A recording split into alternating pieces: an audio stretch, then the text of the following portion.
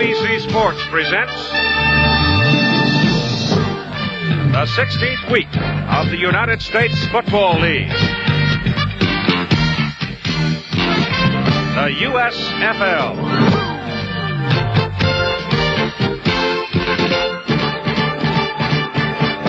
Tonight, a game that could help determine two playoff spots as Chicago meets Birmingham.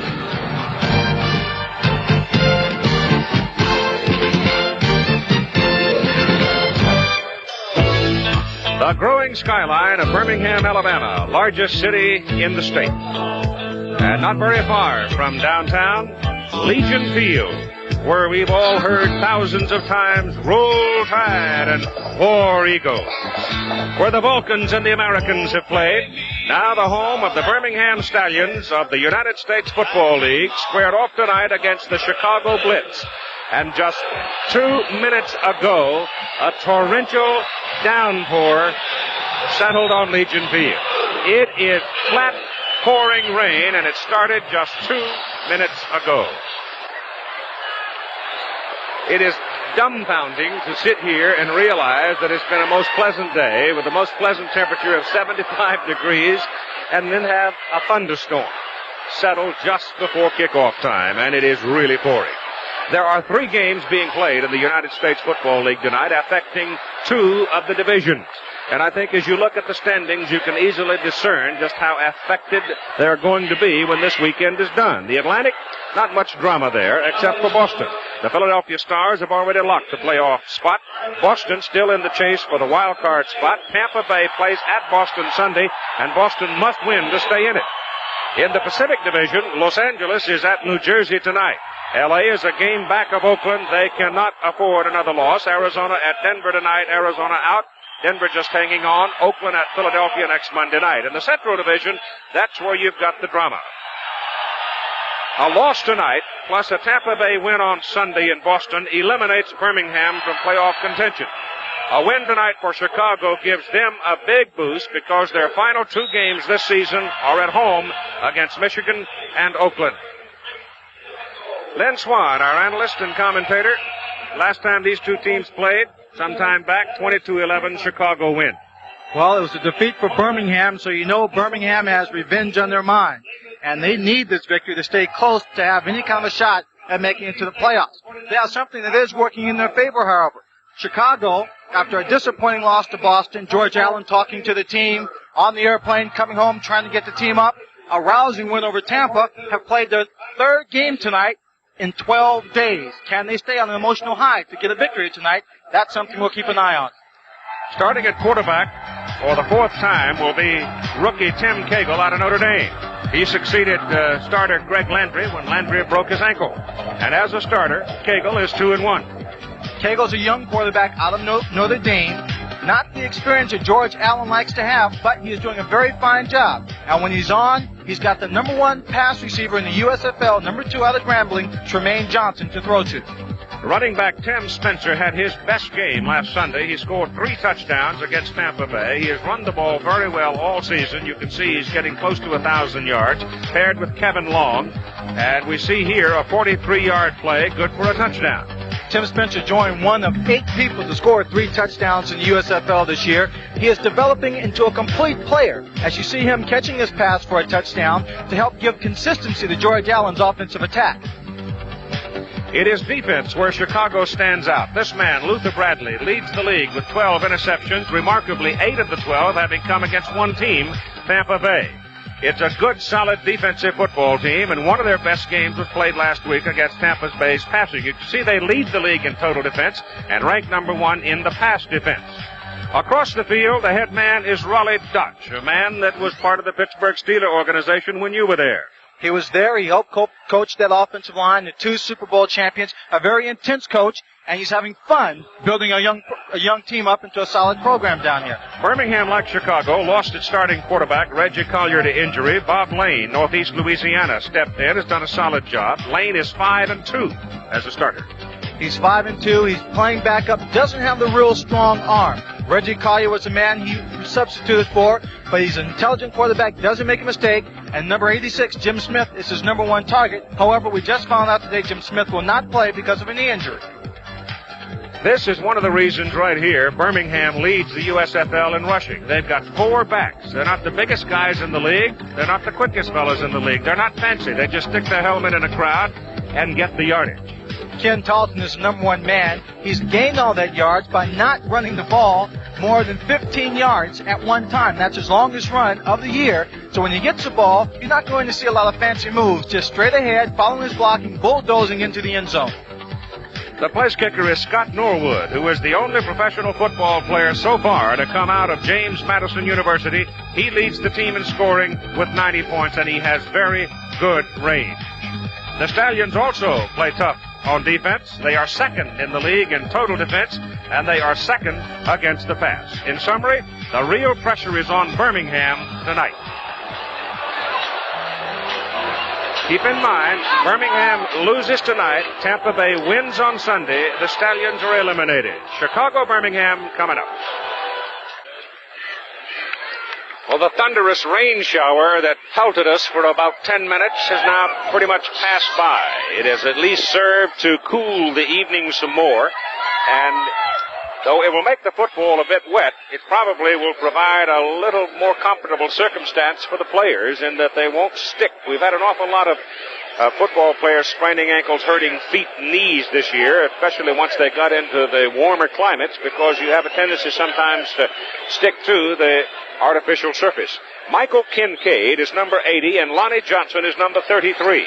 They are the kick returners for the Birmingham Stallions. And the man who will be kicking off celebrated his 28th birthday yesterday, Frank Corral. And what did he do? He shaved his beard. Frank Corral out of UCLA is having a very good season thus far with the USFL. Coming in the middle of the season. Last week he got a little bit on track, kicking a field goal and from about the 33-yard line. He's been a little inconsistent from there. Today he's got to be a little careful. This turf out there is kind of worn down, so it's going to be a little slippery if it remains wet. Number 80, Michael Kincaid, is 5'4". He weighs 165 pounds. He is very, very quick. And he's averaging just under 21 yards per punt return. He is the man they'd like to have bring the ball back. And we're ready to go with a big ball game in the Central Division of the USFL. And we're delighted you could join us. Don't forget, we'll bring you up to date on the U.S. Open at halftime. Low sailing kick that goes to Kincaid. He finds a little crack, pops it all the way to the 30-yard line. So Birmingham wearing the white shirt. It is the option of the home team as to the color of shirt. Last Tuesday, Rollie Dotsch said we won in white last week. It's going to be hot. White's cooler. We'll wear white. They open up with Bob Lane at quarterback, Earl Gant out of Missouri at running back, along with Ken Talton out of Cornell, Sylvester Moy Grambling at wide receiver, and Greg Anderson out of Alabama State. The other wide receiver, the tight end, is Darrell Mason of Arkansas. They run balance to the right side, and the handoff goes to Ken Talton, who is the leading ball carrier. He moves it from the 30 out across the 32. Up front for Birmingham, they line up with Robert Woods at tackle, 250 out of Tennessee State. Buddy Adelette of Alabama, 260. Tom Banks, veteran out of Auburn, 250. Mark Battaglia, Penn State, 245 at guard. Pat Phoenix, Ole Miss, 260 at tackle. Darrell Mason, 6'1", 220. Give him 3 yards on the carry, make it second down and 7, Birmingham. Chicago showing a 5-man front. The handoff goes inside to Earl Gant, a 210-pounder, played 5 years in professional football before coming to the USFL, and he's got the ball at the 35. Bob Lane missed that handoff and had to go to the outside. He missed it, and he's going to not want to run the ball much against that defensive line. Lorge, Ehrman, Lathrop, and Junior Ayu, who is just coming off a knee injury, just got permission prior to game time to start in this ball game. They're the linebackers for the Chicago Blitz. Smith, Van Horst, and White. White, of course, defensive captain. Allen, Schwartz, Bradley, and Livers in the backfield for the secondary. Third down and 5 as Bob Lane steps back to throw out of Northeast Louisiana. Swings it out to number 32, Ken Talton, and the ball squirts away incomplete, and that was almost a lateral pass. Almost a lateral. It was very close to that. Talton probably should have just jumped on it just to be careful. Bobby Lane probably just a little bit nervous here as his first drive goes nowhere for the Birmingham Stallions. So into punt now as Lenny Willis goes back, and Lenny Willis is averaging right at 21 yards per return. The kicker is Skip Johnson. He's out of Auburn, averaging just under 34 yards per punt. Hangs one up into the still sprinkling sky, and it kicks out of bounds on the far side inside the 30-yard line. And so it's a 38-yard punt for Skip Johnson, and we'll see Chicago's offense for the first time. Chicago will line up at number 14 at quarterback, Tim Cagle. Tim Spencer out of Ohio State will be one running back. Kevin Long out of South Carolina the other. Wide receivers, Tremaine Johnson leading the league in pass receptions and yardage per catch. Wayman Buggs is the other wide receiver. He's out of Vanderbilt. And the tight end is Paul Ricker from Norwich. Chicago's football, first down from their own 27. They give the football to Tim Spencer on the first carry, and Spencer, who's getting very close to 1,000 yards for the season, slashes out to about the 33. That's about 6 yards on the carry. Up front, it is Rob Taylor, 280 out of Northwestern, left side. Tom Thayer, Notre Dame, 250 at guard. Wally Pursuit of Kentucky, 255 center. Tim Norman, 275 Illinois right guard. Nick Iyer, BYU, 275, and Paul Ricker, 6'3", 245. On second down and 4, it is Spencer again. And Spencer out to the 37, close to a first down. The Birmingham defense lines up this way as a 3-down alignment. Jackie Klein of Alabama, Jimmy Walker, Arkansas, Mike Raines, Alabama. Mike played 9 years of pro ball. Herb Spencer is from Newberry, Larry McPherson, Fort Valley State, Rick D'Amico, Penn State, and Dallas Hickman, California. The secondary, David Evans, Central Michigan, Mike Hatchett, Texas, Billy Caesar, Miami, of Florida, and Michael Thomas of Tennessee State. It is a first down for Chicago. The ball is just beyond the 37, and they're staying on the ground with it as Kevin Long gets his first carry of the night. Long is 6'1", 225, 28 years of age, out of South Carolina. He played 5 years of pro ball before coming to this league. Well, so far they've run the ball on every possession they've had on this offensive drive. Same thing they did last week against Tampa Bay. They'll love to possess the ball, use that running attack. Then, when they need it, third down situations, or when they feel they can get the big play, go to their passing game. The offensive philosophy of both coaches control the football, and they've done it against the opposition this season. They try for a blitz. The blitzer is picked off. It opens a hole for Tim Spencer, and Jimmy Walker finally gets him, but not before Spencer reaches the 49-yard line and has a first down. Going into this ball game, they did not know just what the Birmingham Stallions defense was going to do. I talked to their offensive coordinator. He said every time they played their game, they've come out and done something different. In this particular ball game, what they're doing now is playing with 4 down linemen. It's back to a 4-3 instead of a 3-4. They put Drew Taylor in, a bigger man, replacing D'Amico now to try to bottle up things along the line of scrimmage, give the football off to Kevin Long. Long from the 49 to about the Birmingham 48. So Chicago's on the Birmingham side of the field for the first time. This is what Chicago did to Tampa Bay last week now. They took their football opening possession and stuck in the end zone. And then after that, Tampa Bay made a few mistakes, couldn't come back. We should note that both these two teams have number one and two defensive, respectively, Chicago being number 1, but they do it primarily because their offensive teams do possess the football. Second down and 7. Ball is at the Birmingham 48. The pitch goes to Tim Spencer, and Spencer eludes one, gets a block to get by another, and finally it's McPherson bringing him down for Birmingham. But once again, he's got yardage. The football is marked inside the 45, inside the 43. Spencer did a good job getting the ball, getting to the outside. It was number 75, Rob Taylor, the left tackle that was out in front of that play, that provided him with the block so he could pick up the yards. Chicago coming in with a 10-5 record. Birmingham at 8-7. George is already wet. Everybody who got caught in that thunderstorm got very wet. They've got 3 wide receivers in the ball game now on third down and 2. Not wide receivers, but 3 tight ends, As they take the 3 wide receivers out, Birmingham may have stacked it. They may well have stacked it as Tim Spencer. Chicago has more than any other team in this league run the ball to the left. They came back to the left behind the three tight end alignment, and Birmingham stacked it up pretty well. They have marked it at the 41. It's going to be short of the first down.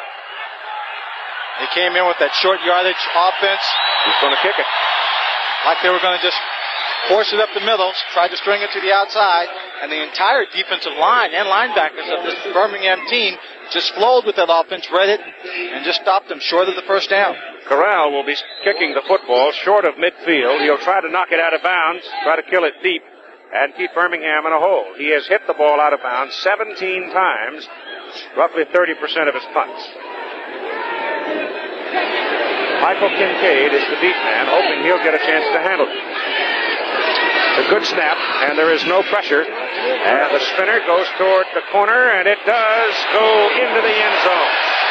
He had it in good position, but he wouldn't take the bounce that he wanted. Bounced back the other way. It's a 41-yard punt. It'll be Birmingham's ball, first down on their 20 with no score.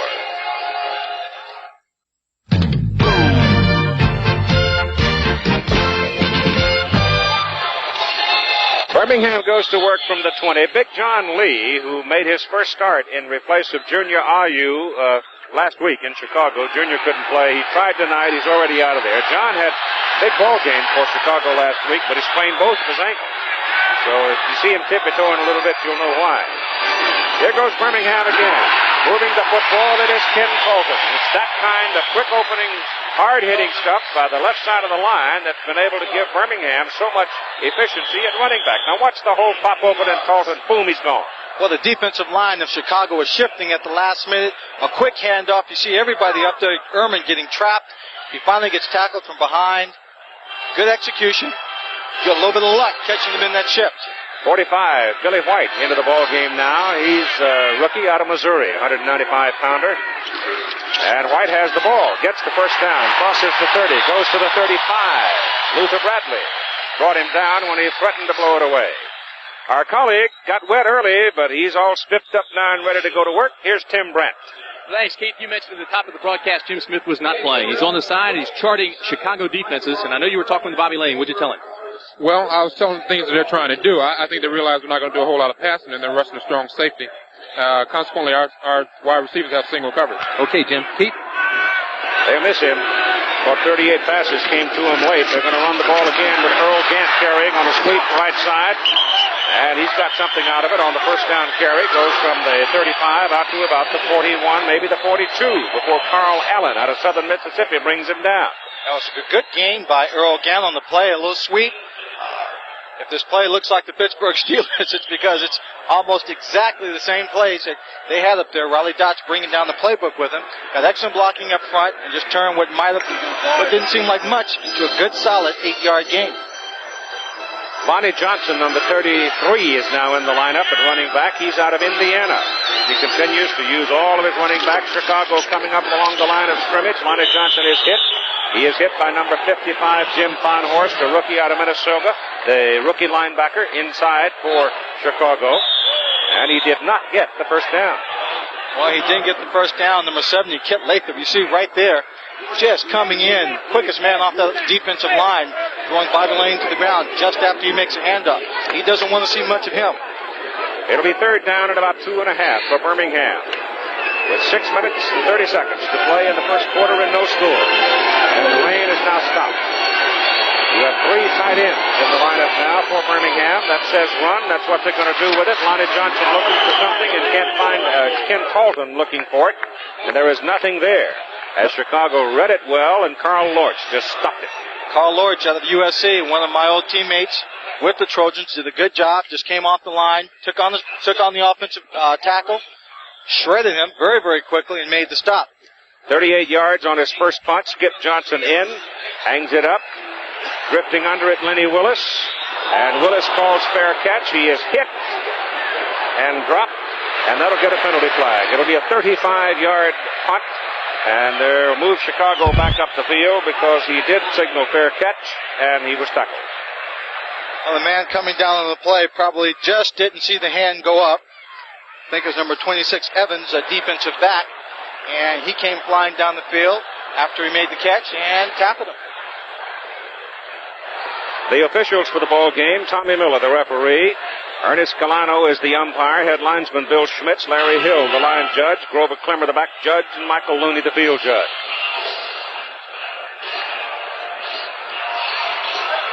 So they mark off the penalty against Birmingham, and Chicago now with very good field position as the ball comes out. Number 26 on the catch. First down. Ball is on the 39. There's your infraction. He just simply didn't see it. It was a quick move by Lenny Willis. Lenny is crafty, and they get 15 yards out of it. We've got a timeout. 6:12 to go. First quarter with no score.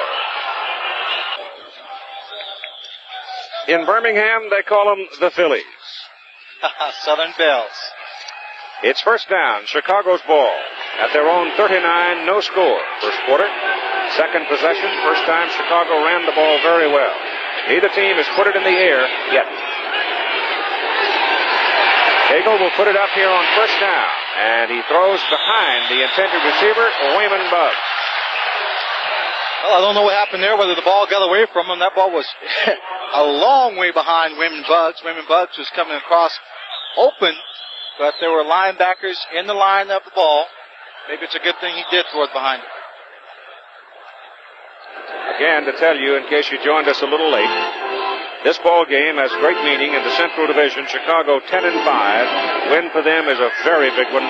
They finish with 2 games at home. Birmingham must win to stay in the hunt for a wild card playoff spot. They go back to the ground attack with Kevin Long carrying the ball, and Jimmy Walker, number 75, is going to be on the bottom of the pile as they bring him down. And a dry football comes in. We had a thunderstorm hit just about 2 minutes before we came on the air and about 7 or 8 minutes before kickoff. And it really rained hard for about 10 minutes and then quit.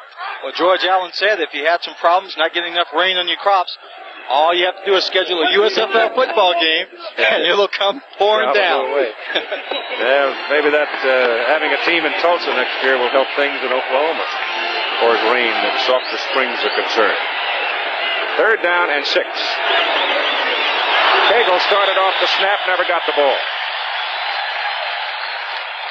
Now they'll go against Chicago, obviously. That time, Birmingham lined up, and it was obvious, at least obvious to me, because of my experience, that they were in the man-to-man coverage on defense. And Rollie Dotsch told me yesterday that he was going to be more aggressive, take more chances with his defense, because he wanted to put as much pressure. Number 78, offense. On the Chicago running attack. He was afraid of letting that running attack dominate this ball game, so he's going to get more aggressive, get more linebackers in the line of scrimmage to force them in the air. Denver has gone out to a 7-0 lead over Arizona in the first quarter. That's a Pacific Division game. Denver's just barely hanging off after losing in Oakland last Monday night. Third down and 12. Cagle, deep drop, goes deep with it, and the ball should have been picked off. But both men, the receiver, Wayman Buggs, and the defender, Mike Hatchett, lost their footing. Mike, a rookie out of Texas, and the ball was just there for the catching, but just as it arrived, lost his footing. Well, Cagle got some pressure. He tried to scramble. Wayman Buggs goes down. The Wayman Buggs will slip. And as he slips, defensive back sees his chance, comes right in front of him, then he slips. Ball pops up in the air, but no one's close enough to get it. Kincaid deep, Corral to punt. First kick was 41 yards by Frank. No score in the ball game. Pressure. Hatchett puts some heat on Corral, but he spins it out of there. And Kincaid takes it back at the 18. Gets some help around the corner. And he brings it back across the 30 to the 32. A 46-yard punt and a good return. And the man who knocked him out of bounds was Lenny Willis, who returns the punt for Chicago. Timeout. Frank Gifford, ABC Sports Control in New York, staying on top of the USFL action for you tonight. A few months ago, Giant Stadium, the New Jersey Generals with the football. It's Dwight Sullivan into the end zone from 3 yards out. Conversion good by John Rovetto. I put that in because New Jersey has put the thrill back in the conversion this season. Rovetto, their third kicker. Back to you, Keith. Well, that's a ball game that Los Angeles really can ill afford to lose. I tell you, if they want to stay in the chase. Oakland sitting out by a game now. Tim Cagle, number 14, is back on the bench. He hurt his leg in the last play. They are working on what appears to be the knee. Bobby Scott would be the backup. Bobby Scott started the season, a 10-year veteran out of Tennessee with New Jersey. Greg Anderson, Michael Kincaid, and Sylvester Moore. 3 wide receivers in the lineup now for Birmingham, and the first pass of the ball game goes to Kincaid. Set up a screen for the little scooter, and from Mississippi College at 5'4", he almost slipped away, but Old Pro Joe Ehrman made the tackle for Chicago.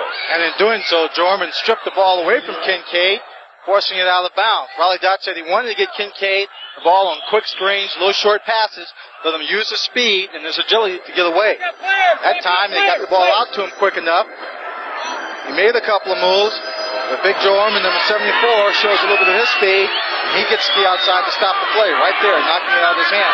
2-yard gain, 2nd down and 8. Earl Gant now in, Kincaid out, Lane to put it up again. Down the sideline with it, pass is incomplete, and that's a penalty flag. The intended receiver was Sylvester Moy, and Don Schwartz came over and hit him after the ball had passed, and it's a personal foul call against Chicago, and that will give Birmingham a first down. The hit was obviously way late. They were trying to get the ball, quick pass, in between the zone coverage, but they weren't able to. Carl Allen did a good job of getting back, shading the receiver, staying close to him. So Birmingham now is going to move up to its best field position of the ball game with 4 minutes and 34 seconds to play in the first quarter.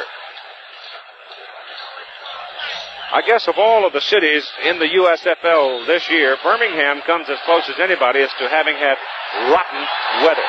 The first 3 home games was just miserable.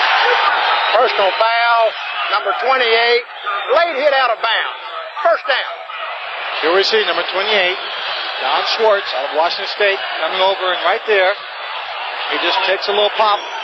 Could have prevented it, could have protected him, just grabbed him, but he chose to make the contact. Cornelius Quarles out of Howard University. Number 40 is in the backfield, and he's got the football. And the first time that Cornelius Quarles carried the ball, he broke a big play for a touchdown for Birmingham, and had it not been for Luther Bradley right there, he would have scored again. He popped it big over the left side, and another Birmingham first down. He did a real good, just a real quick opening play, getting downfield. It's a big back. He doesn't have a lot of speed. I think all the backs Rollie Dotsch has here in his backfield only are in the 4.6, 4.7 area as far as speed is concerned. So what they have to rely on is good blocking up front, and then just bulldozing for the rest of the yards. They set in the eye, then shift into a split back formation and send Moy in motion now on first down from the Chicago 38 and pop it in the middle with Ken Talton carrying. 6'1", 195. He had 2 years of professional experience after he left Cornell. There's Tim Cagle on the sidelines, and they're working on the right leg. 6 Birmingham ball carriers so far already in this game now, and we've got 3.5 minutes to play in the first quarter. 6 different ball carriers. What that means is they'll be fresh when it comes down to the fourth quarter when you really need them. Lonnie Johnson is now in the backfield. And the pattern has been when a fresh man comes in, he gets the ball. Not this time. Lane back, trying to set up a screen. They got it. Way back downfield. First it was John Lee, 64. Or rather, first it was Kit Lathrop and then John Lee. And Big John, you can see him walking very gingerly. He sprained both of his ankles last Sunday. Last Sunday he was on that turf about 129 degrees, and so his feet were just a little sore. Right there you see Kit Lathrop, the initial pressure, and John Lee coming in, bringing Bob Lee down, trying to set up the screen. The screens are what you have to use in draws to try and shake up that defensive pass rush. That is the heart of that defensive team, and if you can keep them off balance, you've got a chance, because you have to use the draws and screens. 3rd down and 23 now for Birmingham as Lane goes back, throws it over the middle, and it is intercepted. He didn't get enough height on it, and he threw it right into the middle of the pile, and number 71, Carl Lorch, has a pass interception. Carl Lorch, the recipient of a most unexpected gift. I think what he was trying to do was set up a middle screen to Ken Talton. He was the only man that I saw that was an eligible receiver in that pile, but as you said, the ball was too low, and he couldn't quite get it there. He had a man behind the stack, but he didn't get the ball to him. Look what I found for Carl Lorch. Oh, boy, his eyes got big as a plate. Grabbed that thing and started rumbling downfield, and Chicago is operating at the Birmingham 41. Timeout. Another look at the unexpected pleasure of Carl Lorch, number 71. See right there, Bobby Lane dropping back, looking downfield. You see right there on the left of the screen, Ken Talton coming in, but when the ball's thrown, it's Carl Lorch has a free hand, and that's a darn good catch. His first interception in his career for Carl Lorch, a one-handed grab. Tim Cagle is not in there, hurt his right leg. Bobby Scott, who came over from New Jersey. And Scott came from New Jersey better than a 56% passer. He's a 10-year veteran out of Tennessee. He's the backup man at New Orleans with the Saints. Scott turns and gives the ball, and there's that little skip move by Kevin Long. Every time you see Kevin Long make that move, you know he's going to cut it back against the grain. He got short yardage. Let's check in with Tim Brent. Tim Cagle, the quarterback, is playing hurt, Keith, and we've got Dr. Ted Dietrich here to tell us about it. How serious is the injury? Tim, he's probably torn a ligament on his knee, or at least stretched it real badly. We got a little brace on him now. We're holding him out this series. We got Bobby Scott in there, see what he can do, but we'll have to assess him a little more on the sideline before we put him back in. Okay, Keith? Dr. Ted Dietrich, the principal owner of the Chicago franchise, who works as the team doctor on the sideline. This time Birmingham stops the play. Kevin Long, no place to go as Rick D'Amico led the defensive charge from the inside. And got a little help from Jimmy Walker. Doing a good job. You see Cagle there. I'm sure Cagle obviously disappointed not being able to continue playing. And we were talking about this prior to the game, that if the Chicago Blitz were going to win the championship, we felt that it would be Cagle, the man that would take them to that championship. It is third down and a short 3 for about 2.5 yards. Ball is at the 34 of Birmingham. The ball goes to Spencer, and Spencer on leg drive gets the first down, following right in behind Tim Norman and Nick Iyer on the right side. The offensive line is going to dig down if they want this running game to continue to be consistent and move the ball down the field. Tim Spencer now, Lynn Swan, has gone over 1,000 yards. 6 carries tonight, 27 yards. He totals 1,005. First down for Chicago. Ball is at the Birmingham 28. They're trying to cash in the opportunity of the interception. Chicago moving too soon. Bobby Scott never got the ball. That's the second time that's happened now. Twice the quarterbacks, first Cagle, and now Scott. Ball start, Chicago. Wally Pursuit is the center, and let's take a look here. The offensive line fires out, and Wally is just sitting there holding on to the football until the last second, and he snaps. Obviously, Wally did not get the starting count. Held on the ball a little bit too long. That's twice in the first quarter. A minute and 2 seconds to play in this first period. Coming up at halftime, we'll have second-round highlights of the 83rd U.S. Open being played at the great old course, the Oakmont Country Club. First down and 15 as the ball moves back to the 33 of Birmingham, and Bobby Scott drops back. He goes over the middle. He's got a man wide open. Paul Ricker, the tight end, rookie out of Norwich, and Rick fights his way down to the 15. First down, Chicago, and Paul Ricker, once dropped by this team, once released, came back when they got in injury trouble, losing Tim Reitman, and he's become a star. Awful lot of people up on that offensive line looking for the run, then getting back too late. You see Paul Ricker in that zone, wide open, and he uses his strength, and right there gets another 5 yards. It's a strong kid out of Norwich, just outside of Boston, I guess it's at. They mark him down at the 14, where it's first down, and they give the ball to Tim Spencer, and he goes close to the 10. Bobby Lane making a mistake, throwing the ball too low, picked off by defensive tackle or defensive end Carl Lorch. Now Birmingham, who leads the league in converting turnovers into points, will watch the clock run out at the end of the first quarter. They have opportunity immediately in front of them, but after the first 15 minutes of play here in Legion Field, Birmingham, Alabama, we have no score between the Blitz and the Stallions. A few moments ago, Giant Stadium, the LA Express with the football. They're down 7-0 early in the second quarter. LaRue Harrington, the former San Diego Charger running back, into the end zone. Extra point good. That game now tied at 7. Back to Keith. All right, Frank, and here you can see the Birmingham passing game in the first quarter was a disaster. Well, what those stats indicate, Keith, really is that it's been a defensive game so far. The big plays coming by the Birmingham defensive line on 3rd and short outside the 40, stopping Chicago, and by Chicago sacking Bob Lane for the -12 yards, and of course interception by Carl Lorch. 2nd down and 6, Chicago at the Birmingham 10. They pitch the ball out to Kevin Long. Good pursuit. Very good pursuit. And Jimmy Walker, number 75, came out of the middle of the pack and went racing across to run him down. Jimmy Walker just made sure that he cut off any possible chance for Spencer to run the ball back to the inside and cut it up for any yardage. Made sure he strung it out to the sideline where he had help from the rest of the defensive team. There's a loss of 2 yards on the play. The ball is now sitting on the 12, where it is 3rd down and 8. 3rd and 8.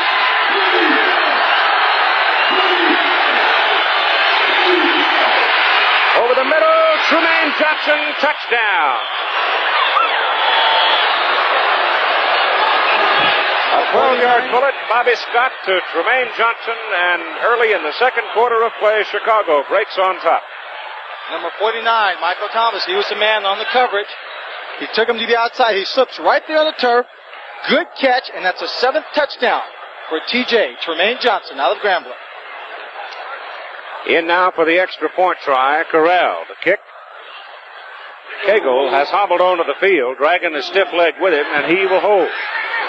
He has to kneel on the sore right knee.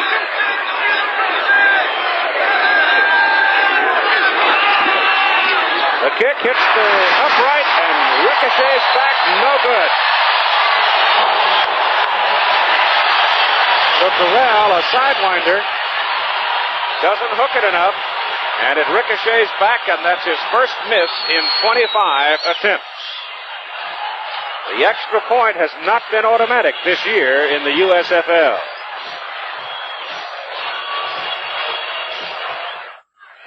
Well, once again, the Chicago Blitz take an opportunity and cash it in for points, missing the extra point, leading 6-0. And Frank Corral will kick off. The deep people are Michael Kincaid and Lonnie Johnson for white-shirted home team Birmingham. It is Kincaid, fumbles the ball, goes into the end zone, he's coming. 2 Chicago men lose their footing, and Kincaid gets loose on the sideline. And they finally get him at the 30. Had it not been for Max Boatner and Frank Corral, see you later. Oh, lucky break there for Kincaid. He actually could have downed the ball in the end zone because it was the impetus of the kick. Even though he fumbled it, muffed the catch that drove the ball into the end zone, and he could have touched it down. He chose to return it. Didn't get much blocking right here. Just his speed and his balance along the sideline is what saved him as he turns an almost a mistake into a big game. So Birmingham goes to work just outside its 30, trailing by a score of 6-0 here in the second quarter of play. Bobby Lane will go to the air, quick one to the sidelines, and he gets 5 yards on the play as Greg Anderson makes the catch. And here's Bobby Scott now with Tim Brandt. Keith, he threw the touchdown pass, but he tells me he's still learning the scheme and has to feel good. Well, it does feel good. I've gotten a lot of, work and practice the last 2 weeks, but it's not like the game type situations. And, the more that I'm with the team here and work and practice and get more accustomed to the system, the better off I think we'll be. Hey, Timmy. We'll be watching you. Tim, ask him if it's like coming home to come back to Legion Field from his days in Tennessee. Keith wants to know if it's like coming home to Legion Field. Well, I'll tell you what, it's been about 12 years since I've been here, but I enjoy it. It's a great place to play. Okay. Over the middle lane, and the pass is on the hands of Billy White, and he dropped it. Birmingham has a chance at a big play down the middle, and Billy White just plain dropped the football. Great little play action pass. Take a look here at Luther Bradley, number 27. He's the safety. Jim Smith told you earlier that the safeties were coming up looking for the run. That time he came up and got caught. White got behind him. It was only White's inability to catch a football that stopped that play from being a big game for the Birmingham Stallions. It's a big key. It's a big key. I think you'll see more passing by Birmingham based on what Jim Smith told us earlier. They're down in 5 now, and the nickel defense is in for Chicago. 5 defensive backs, and Lane looks it over, doesn't like it, says, wait a minute. Timeout. You've got 13 minutes and 31 seconds to play in the first half. Birmingham just missing a big play opportunity. Now with 3rd and 5, they've got to come up with it or give it up. Updating you on that Los Angeles, New Jersey game on tonight at the Meadowlands. New Jersey back in front 14-7 on Herschel Walker's 11-yard touchdown run. Herschel regains the scoring lead in the USFL. He now has 104 points. 3rd and 5 for Birmingham. Chicago leading 6-0. They run a draw. And it just depends on the mark. I don't think they give it to him. They do not. They mark him inside the 40. Ken Talton could not break loose. Well, they opted to try and fool him rather than do what was obvious and throw the football. Their punt team comes on the field very quickly, trying to catch the Chicago Blitz off guard. Skip Johnson in to punt. 2 kicks so far tonight, 38-35. Lenny Willis, the receiver for Chicago, single pressure. Spinner to the sidelines. Good bounce for Birmingham. Willis fields it at the 22. Lenny's coming back with it and slips and slides up to the 35-36. 39-yard punt. The tackle made by Herb Spencer. 13:06 to go first half. Chicago leading by a score of 6-0. Giant Stadium once again. The score tied. The New Jersey Generals 7 and Los Angeles 7. A few moments ago, Herschel Walker looking for a rookie rushing record off to the right side, using power, agility into the end zone. 11-yard touchdown. Conversion was good. And once again, New Jersey is on the move as they have now recovered a fumble following the kickoff. Back to you, Keith. The Birmingham offensive unit on the bench. Number 32 walking around conducting a small seminar is Ken Talton. That big guy there at the end is Pat Phoenix, the big tackle. Right now it's Chicago's football. First down out of the 36-yard line. They lead 6-0. And Bobby Scott is in on in relief of injured Tim Cagle. Give the ball to Kevin Long. Long finding daylight behind Rob Taylor, and Tom Thayer moves it out for a sizable gain. But it's Herb Spencer, number 55, the outside backer, who does a good job here closing his play off. He just sees it inside. Instead of just coming flat, he gets a low angle, gets in position, makes the hit, makes sure he doesn't have to run over any of those small defensive backs. 7 carries for 25 yards for Long on the day. 2nd down and 3. The ball is at the 43. And in the middle goes the play, good for what appears to be the first down, as Tim Spencer carries and Larry McPherson makes the stop. Herb Spencer's been quite a story around Birmingham. He left the team and then called Rollie Dotsch, asked to come back. Dotsch said, come on back if you work. And he came back, and he's been a Tiger ever since. He also worked part-time as a milkman. That's where they found him, working on the milk truck before he came here. He got a chance with Rollie Dotsch in the USFL. Just over the 46, where it is a first down for Chicago. No rain since the opening kickoff. We really had a downpour for about 10 minutes. Back goes Scott to throw. Gets it out. Pass is batted around and batted away by Mike Hatchett, formerly of Texas. The pass intended for Tim Reitman. And Reitman, having been injured in the early going, has played very little, and he's been frustrated. Big rookie out of UCLA. Well, the Birmingham Stallions were blitzing on the play. You see the linebackers right there. Herb Spencer, 55, coming on the rush. Single coverage. Right here, a good play by Hatchett. He just jumps inside, keeps the ball alive, makes a catch, but he's out of bounds. Very headsy play by the young man. He played a lot of good football for Fred Akers in the Longhorns. See right there the blitz. Chicago doing a good job of keeping the pressure off Bobby Scott. 2nd down and 10. Keeps on. Bobby runs away from it. Gets his pass off. The pass is complete to Tim Spencer across midfield. And I would think Bobby Scott has to be the happiest person in the world to be getting a little protection after his adventure at New Jersey. Here's Tim Brandt now with Bob Lane. Keith, Bobby's already thinking about the next offensive series for Birmingham. What have they done to you so far? I know they've shut you down. What are they doing? Yeah, they're shutting us down right now. We're trying to hit some passes right now on 1st and 2nd down to try to neutralize some of the blitzes with their linebackers. They're trying to play man in the secondary, and we're going to have to just try to take advantage of it. Early it was a little wet. Now the balls are drying off, and we had that one turnover. Just, big mistake on my part, but we're all right now. Okay, Bobby. Doug Dennison and Mac Boatner in the backfield for Chicago on 3rd down and 6. That's the normal passing combination, and Scott will put it up. He had his man Bugs open. He likes to go deep instead. And it is to Lenny Willis, complete at the 15-yard line. Lenny Willis, formerly Ohio State. Penalty flag, however, back upfield. That's a 34-yard play, and it looks like it. Roughing the passer. They're continuing to go on down the field. The penalty that was called was roughing the passer. It's called against Birmingham. Don't think they'll take the penalty. They'll go keep the play. And what they're going to do, well, going to tack it on. They're going to tack it on. Half the distance to the goal line. Personal foul, roughing the passer, attack on a 15 at half the distance, first down. So that puts the football in Swan inside the 8. Yes, it does. Back time for a roughing the passer play. He had Bugs wide open over the middle, but picked up his deep man. That's that 10 years of experience that paid off there.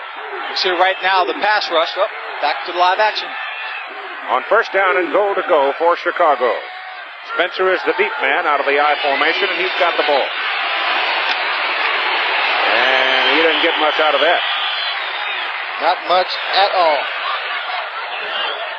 Herb Spencer again on the play. And number 44, Billy Cesar. Billy played at Miami of Florida. Played pro ball for 5 years. Gain is down to the 6. Pickup of 2. Second down and goal to go. Well, it's been Birmingham mistakes that has given Chicago its opportunities. Birmingham mistake, but also a very excellent play by Bobby Scott and Lenny Willis hooking up on that third down passing situation.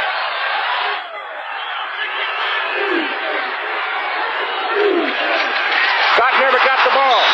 Scott never got the ball from center, and Birmingham recovers the fumble.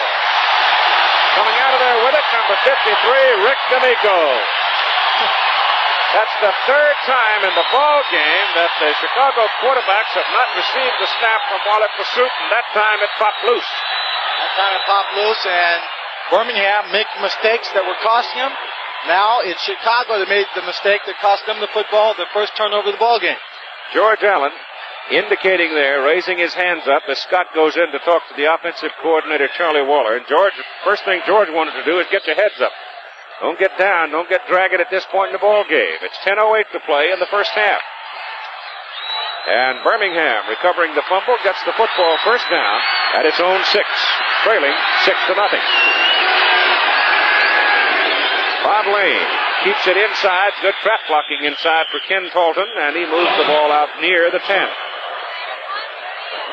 Birmingham offensive line, a finesse offensive line, not real big. They do a lot of trapping, a lot of pulling. Ken Talton, you have to read, pick his holes, and cut it upfield. Out of Cornell. Ed Marinero was from Cornell, I do believe. What? A big red. Lonnie Johnson is in now. Tom Banks playing center. Played 11 years with the St. Louis Cardinals. At 34, Tom isn't going to run over too many people. But he knows what he's doing. That time they take it over the right side. Running behind Battaglia Phoenix. Lonnie Johnson carrying. And he's got the ball at about the 12. Let's again check in with Tim Brent. Keith, you just saw the fumbled snap. The Chicago players and the coaches are complaining that the ball does not have enough air in it. They have told the officials. The officials say they will check it at halftime. Also, this field is still very wet from that downpour we had earlier. It is an old rug, and it does not have much traction. When Tego got hurt early in the ball game, he slipped. He was not hurt. So the weather has been a factor here. That plus the deflated football. Well, they're using more than one ball. They're all deflated. On third down, Bob Lane gets his pass away up the middle, and he's complete. The pass caught by Sylvester Moy. It's a foot race. He gets a little help, and he runs out of gas, and he is brought down by Don Schwartz down inside the 35 and a penalty flag. The preliminary indication by the official is it's going to be roughing the passer.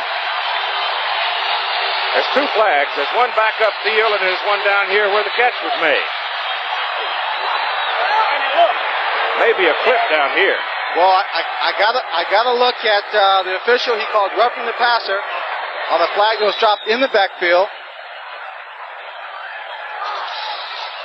You have offsetting penalties, they'll take the play away. Officials, as you can see, wearing their short pants on a hot summer night in Birmingham. You can see the ball players aren't moving. Now they are, and it's going against Chicago.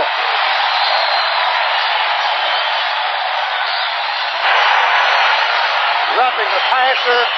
Number 64, we're tacking it on. First down. Number 64, John Lee, replacing the injured Junior IU. Right here, Bobby Lane's dropping back to pass. Tremendous pressure. He gets it off. And right there, he comes in, hits him. Really didn't lay one on him. He could have laid a heavier blow on that. He tried to hold up. He tried to, but he just couldn't stop himself. Ball is just short of the 20 for Birmingham on Chicago's end of the field. And they find a little daylight in the middle as Ken Colgan was caught at the line of scrimmage, but then his leg drive slipped him in there for about 3 yards. Kit Lathrop made the stop. How quickly a game can turn around, Keith. Chicago looked like they were going in for a touchdown. It was Birmingham making the mistakes, roughing the passer penalty, letting Lenny Willis get wide open on the prevent defense.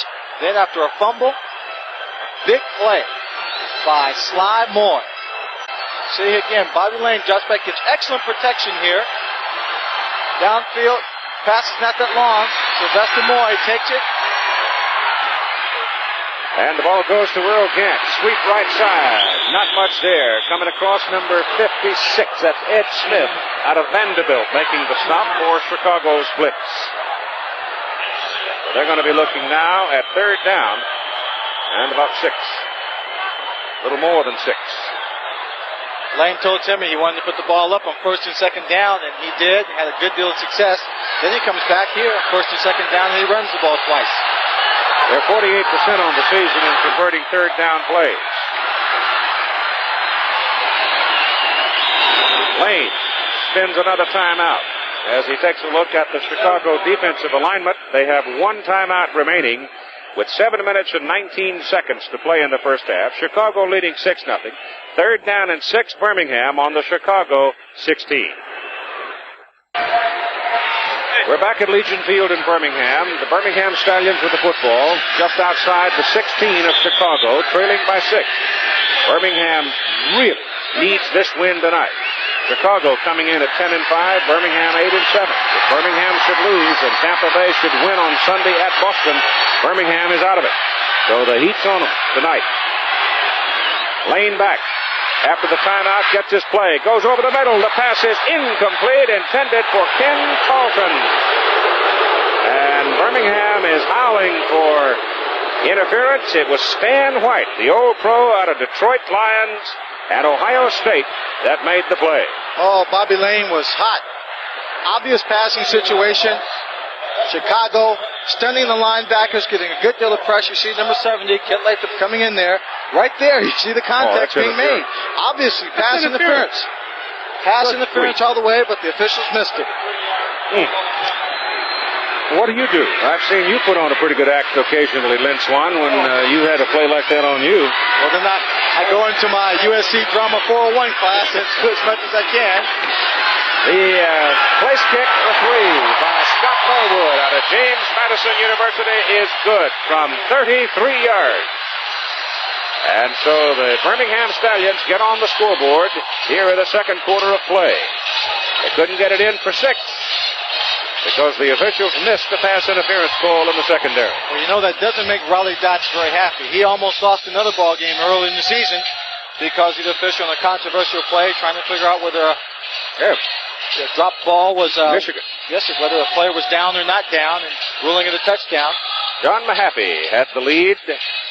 Had a little trouble with the weather up at Oakmont Country Club today in the second round of the 83rd U.S. Open. We'll bring you up to date with a report and second round highlights at halftime of our ball game. Keith, I was out on that course on Wednesday.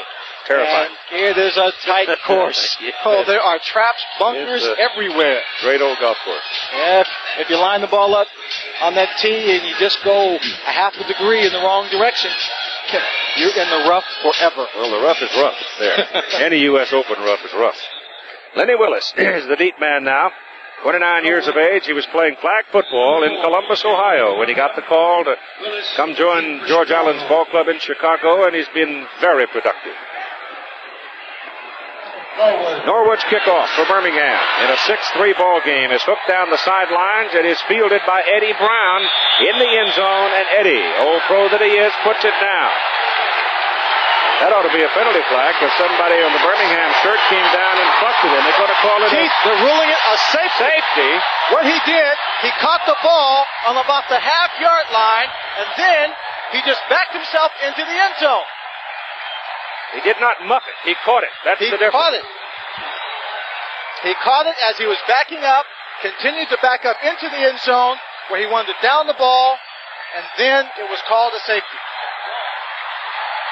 Well, that's got a furrow in the brow of George Allen, to be sure.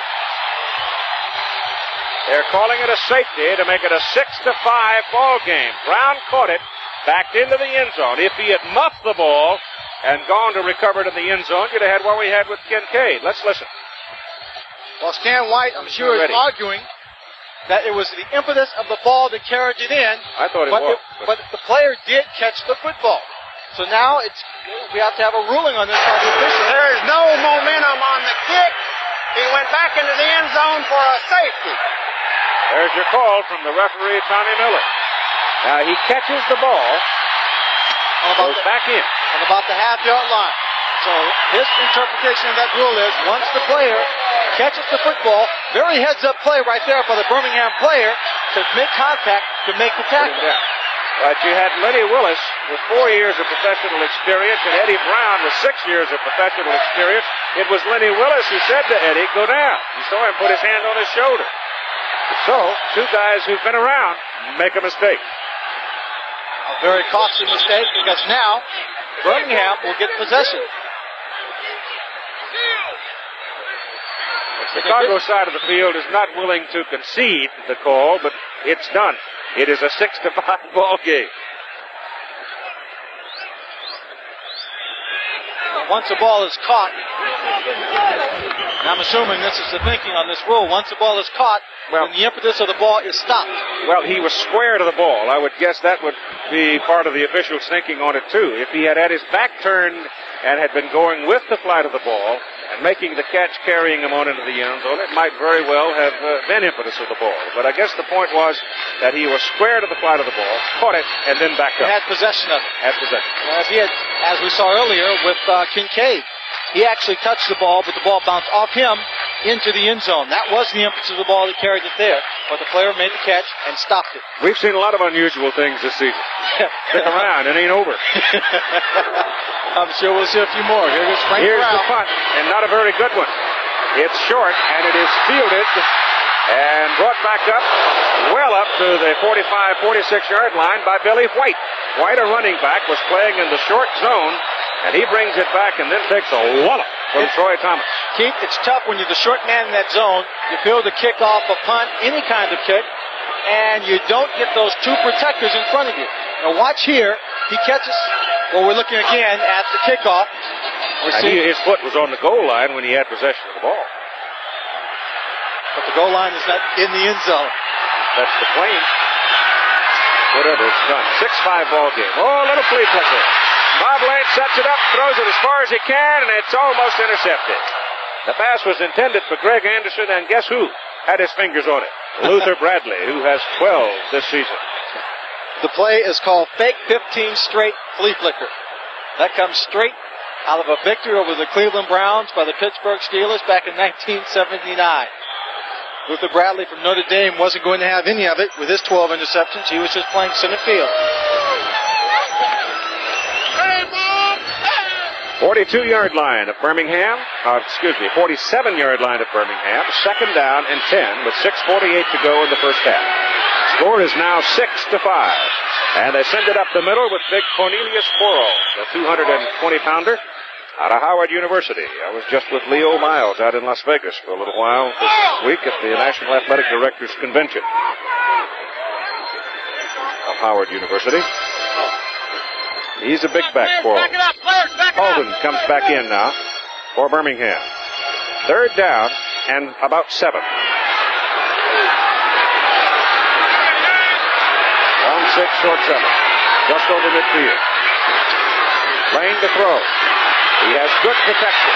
He goes big with it down the middle, and the pass is incomplete, and a penalty flag is thrown. Interference called down at the 10. Luther Bradley was covering Sylvester Moy.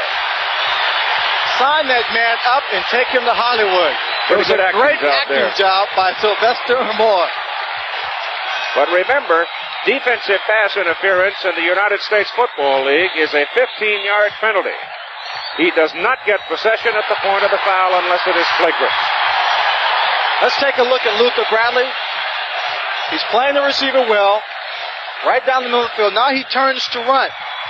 Now let's watch Sylvester Moore. When they're running downfield, he's looking back for the ball. Right there's a low contact.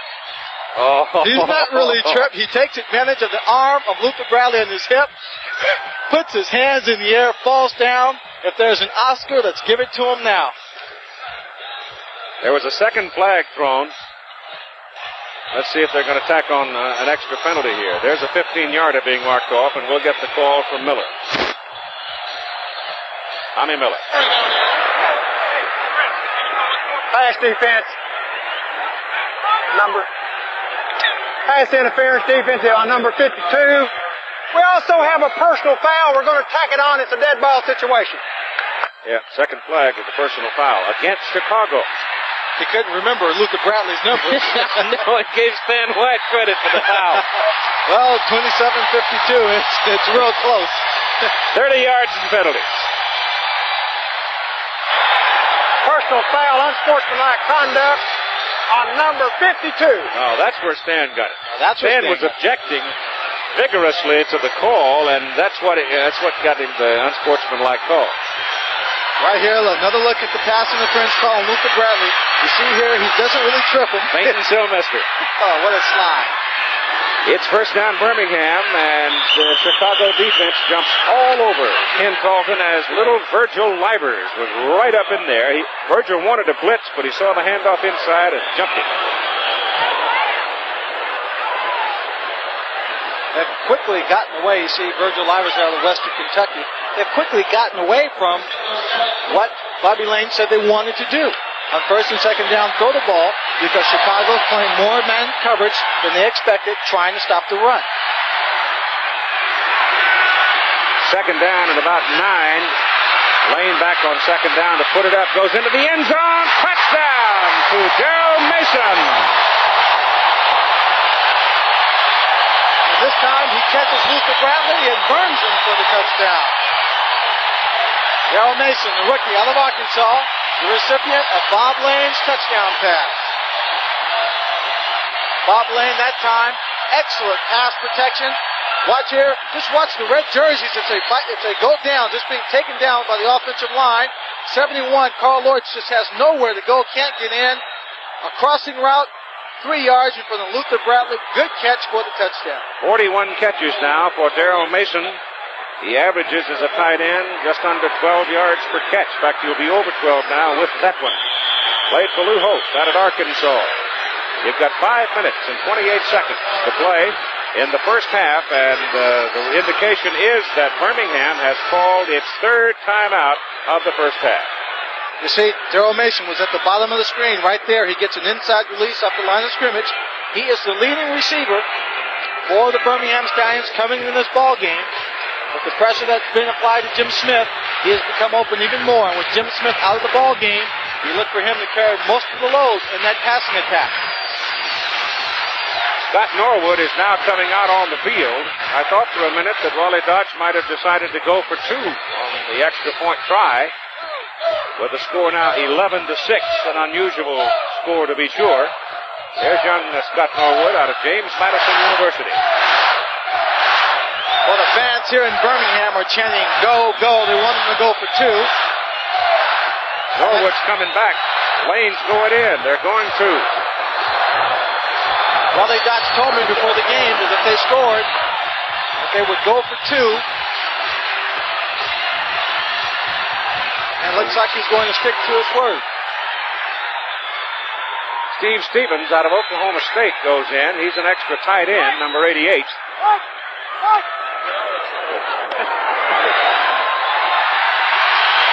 They've got John Stavinsky up there at another tight end position, so they've really got 3 tight ends in there now, going for 2. That's Stavinsky in motion. They send it right up the middle. Well, I tell you, that's a tough way to get 2 points against Chicago's defense. And obviously they don't get it. So the score remains 11-6. Well, Ken Talton gave it his best effort, but there were just too many people up front. And after a couple of mistakes by Chicago, the Stallions now lead 11-6. George Allen talking to his defense. He said that while we were away, you're giving them too much time to throw the football. Birmingham has scored a touchdown, a field goal, and a safety in 1 minute and 41 seconds, Vince Vaughn. That's using your time. Now that means either you're catching with some big plays or they're making mistakes. In this case, it was both. Lenny Willis with the ball in the kickoff return. Big hole up the sidelines for Willis. He comes back to the 35 where Scott Norwood knocks him out of bounds. Number 4, Norwich. He loves to get in on the play. That's not the first time he's made the tackle on the kickoff. Unfortunately, though, when the kicker does make a tackle on the kickoff, it means they've returned it for some big yards. Bobby Scott comes back, the quarterback for Chicago, with 5:18 to go in the first half. Again, to update you, Chicago coming in at 10-5. Birmingham coming in at 8-7 on the season. Birmingham must win tonight to have any possibility of staying in the chase for a wild card spot.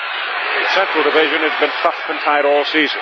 Michigan and Birmingham both coming on strong late the second half of the season. And Birmingham's defense, led by Jimmy Walker, swarms all over Bobby Scott. He fumbles the football, and let's see who has it. Birmingham people arguing on it, but I doubt that because normally when a quarterback is in the grasp of a defender, that whistle blows, and that's the case here. That time, lining up at tight end for the Chicago Blitz was number 81, Tim Reitman out of UCLA, replacing Paul Ricker. Earlier in the game, I said that Ricker's University Norwich was outside of Boston. He is actually raised outside of Boston. Norwich University is in Vermont. Second down and 16. Scott goes with it to the sideline. The pass is complete, and the receiver slipping and sliding and falling is Tremaine Johnson. Very difficult to keep your footing down there on a well-worn rug at Legion Field. That time, I think what they're going to call is they're going to call spearing either on number 57, Dallas Hickman, or 49, Michael Thomas. Looked like it. One of them stuck his helmet into it. Well, Tremaine caught the pass well in front of them, and as he was trying to make a move, we'll see it right here, to beat number 49, Michael Thomas, he'll slip and fall. But while he's down there, all you have to do is touch him. Number 57, spearing. There you see the helmet going right into the back, and the call is against number 57, Dallas Hickman. Can't have that. That thing's a weapon. Oh, certainly. Rugby players in London, in England. Yeah. Ball is just inside the 44 now of Birmingham as they make a foolish mistake.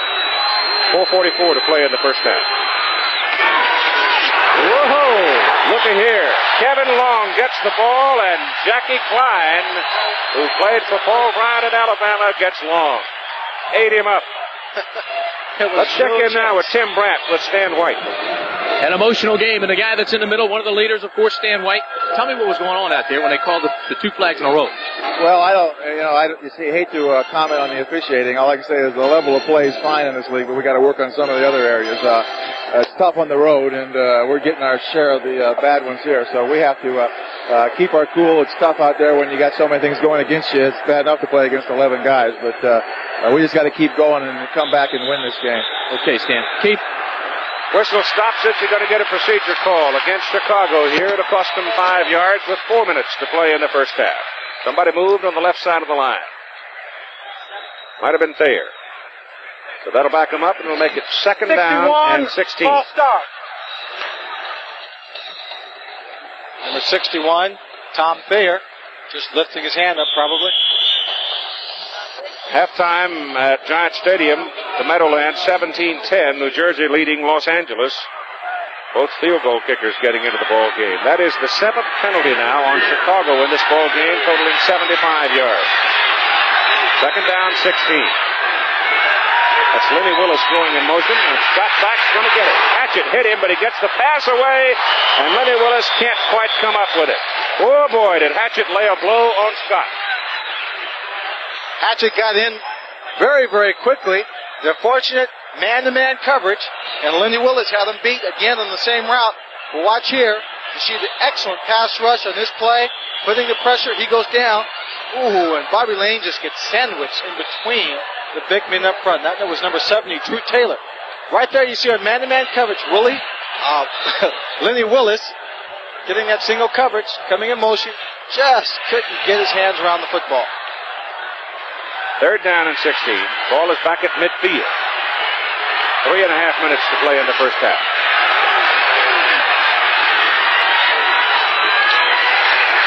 Birmingham drops deep this time. Scott puts it up. The pass. Oh, what a great catch by Willis. A one-hander falling down. That time, Lenny Willis taking advantage of some very excellent routes. Instead of going in motion and going upfield, he comes in, comes across. Right there you see him in the middle of the picture. Gets inside. Look at that body control, the concentration as he brings that ball in. What a tremendous catch. Hard to believe the man was out of the game. Scott now 6 out of 8 since he came on in relief of Cagle for 104 yards and a touchdown. It's first down Chicago. Ball is at the Birmingham 29. They give it to Kevin Long, and Long finds some room over the left side, and he takes it down to about the 21. Mike Raines brought him down. Mike is also an ex-tighter. Played Alabama, played 9 years in professional ball. He's now 30. Eddie Brown now with Tim Brent. Thanks, Keith. Eddie Brown, of course, the captain of the special teams. He's still upset about that safety. Tell us about it, Eddie. Well, it's the impetus of the ball. If it carries you in the end zone, it's just like an interception or any kick. If it carries you into the end zone, then you can down it, and it's just a touchback. We asked the rest. They never heard of impetus of the ball. They don't even know what they're calling. Okay, Eddie. Over the left side. Again, Kevin Long runs into Dallas Hickman. Dallas, 7-year pro out of California, 31 years of age. And Chicago has another first down as the ball is marked at the 19. Well, obviously, Chicago a little bit upset with a couple of those calls. Not thinking the officials are doing a very good job out there. I think they've got to really stay along the lines that Stan White was commenting on, staying in control. Control yourself. Not letting it get to them. 2 minutes to play. Clock stops. An unusual ball game loaded with emotion. And with 2 to go in the first half, it's Birmingham 11, Chicago 6.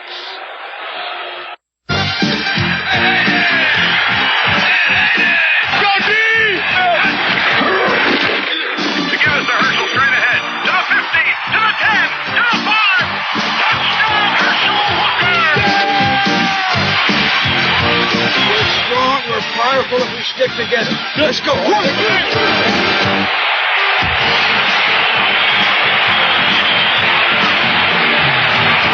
This message was furnished by the United States Football League. Muggy night in Birmingham. A rain shower just as we started the ball game, cooling things some, but it's created some difficulty on the field for the players. A lot of slipping around, but it's getting somewhat dried off now. And with 2 minutes to go, Chicago has the ball at the Birmingham 19. First down. Birmingham leading 11-6. The clock will stop. Each time there's a first down made, change a move, just like in college. That's one of the differences between the USFL and the NFL. Bobby Scott back. Loops it for the corner. Touchdown. Tremaine Johnson. Perfect pass. Easy catch. He catches this one over David Evans. And it really wasn't much of a contest for number 2, Tremaine Johnson. He just came off the line. And watch the little subtle moves he makes. Nothing real dramatic. He's driving him inside. Gets him just turned a bit. Doesn't really force himself out to the outside too far. Leaves himself room to the sideline. A good pass by Bobby Scott. Chicago scores the second touchdown in the ball game. 8th of the year for Tremaine Johnson, who's a big fella. He's 6'3", 190 pounds. Played for Eddie Robinson, of course, at Grambling. You know what we probably on this field right now, one of them playing number 2, Tremaine Johnson, the other not. Number 86, Jimmy Smith, probably the 2 best wide receivers in the USFL. Again, Bobby Scott getting good protection, lofts it up. And when Bobby Scott came to Chicago, at practice, he was throwing to Tremaine and Wayman Bucks and Lenny Willis, and he kept underthrowing them. He said New Jersey, where he came from, he wasn't used to receivers who get downfield that fast. So he had a little problem adjusting to throwing these receivers, but today looks like he's found Tremaine Johnson with no problem.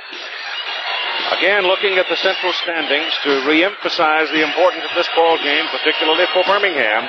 They're 8-7. Chicago tied with Tampa Bay. Tampa Bay is playing at Boston this coming Sunday. That will not be easy. Boston, of course, is in the hunt for an at-large spot themselves with a record of 9-6. So Birmingham has really got to go to the wall tonight and try to win this one, because if they should lose tonight and Tampa Bay win Sunday, they're gone. Chicago will go for two now, regaining the lead 12-11 with 1:34 to play in the first half. That's Johnson, the wide man. Bobby Scott rolling it out, gets his pass away, and he was hit by number 21, blitzing strong safety Charles Grandjean. He never really had a chance to get rid of the ball because Grandjean really came thundering in. Well, that's all he had a chance to do, was just throw it away, hoping that the receiver would turn around. We've got a conference with the officials. I did not see it, still don't see a flag, but let's see. Point is no good. We have a personal foul on number 49 after the kick. Will be assessed on the kickoff. Birmingham's Michael Thomas flagged for a personal foul. A rookie out of Tennessee State. We've had a lot of personal fouls down on that field tonight. The boys are a little hot.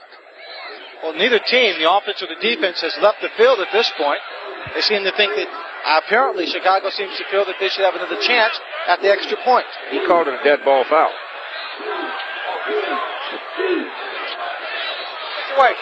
Yeah, dead ball situation. So they'll assess it on the kick. We'll just see if we can find it for you. Number 49 right there. The safety. The ball is thrown prematurely. Right there. He just pushes him in the back.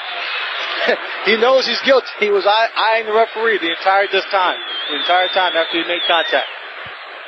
Well, that's a foolish mistake for a professional athlete to make. Oh, it's a foolish mistake, but tempers are running high. He's probably a little bit upset that Lenny Willis has been burning their secondary throughout this ball game, making some big catches. Tremaine Johnson, 2 touchdown catches on the day here in the first half. A little extra push. The 15-yard penalty means Chicago will kick it off from midfield with a minute and a half to play in the first half, and Chicago on top by a point, 12-11. And highlights of the second round of the U.S. Open. Played today at the Oakmont Country Club outside of Pittsburgh, Pennsylvania. At halftime for you. John Mahaffey. Seve Ballesteros using the one iron a lot.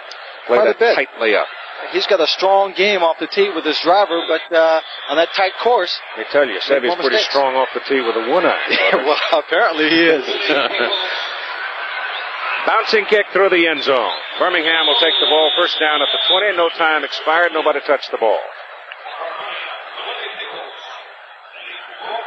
I would have thought that Frank Corral might have just, for kicks, so to speak, just try and kick it through the uprights. Well, why not an onside at this point? You got them reeling a little bit. They just got hit with another personal foul penalty. You just scored your touchdown. Would have been a good call for an onside. Well, I think in reality that's probably what he was trying to do in that kick. Not so much kick a pure onside kick, but keep it on the ground, kick it hard enough so if no one touches it, it goes into the end zone. If someone does touch it, it might bounce off of them, and they might have the opportunity to jump on it and recover it as an onside kick. Let's see what Birmingham's plan is. The quarterback keeps it. I think the man that was supposed to take the ball stuck his head in the stack, and Bobby Lane had nobody to give it to, so he just turned it upfield. And he got a little more than 5 yards out of it. In comes the play now as Lonnie Johnson enters the backfield for Birmingham.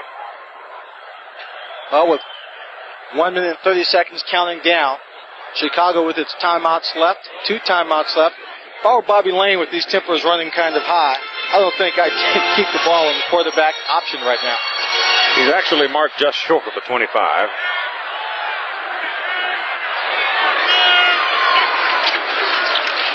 Run it out to the 26. Lonnie Johnson.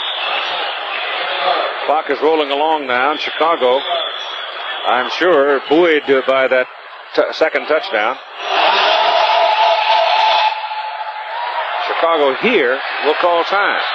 So with 1:02 to play, looking at 3rd down and 3, they spend the timeout to stop the clock, because if they stop Birmingham on this next play, then they'll force Birmingham into a punt. And if they get a little bit more luck, they'll get a good return.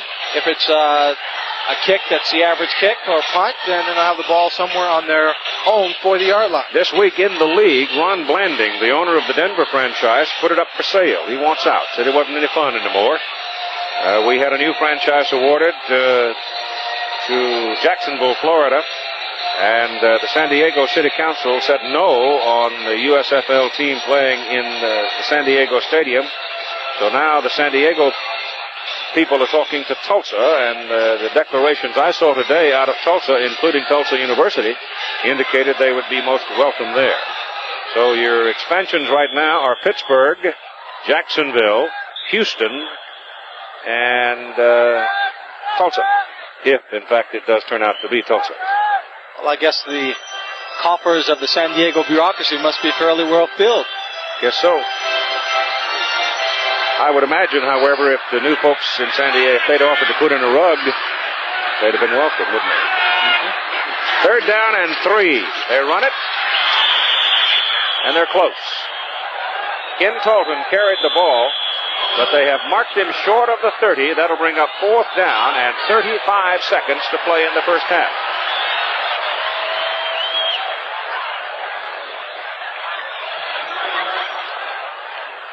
George Allen has forced now Rollie Dotsch into the decision. He is just short of the first down. It looks to me like it.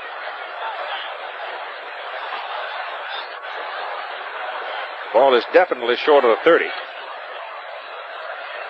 Officials are indicating they're going to measure, and Rollie wisely. The scoreboard shows Chicago with no timeouts remaining, but that's wrong. I'm sure it's wrong. Chicago's got at least 1 remaining. And they will punt. Johnson comes in to kick. Skip Johnson. So with 35 seconds to play, the expenditure of the timeout by Chicago was a good one. They did stop them short of the first down. They forced the punt, and there are 10 red shirts on the line of scrimmage.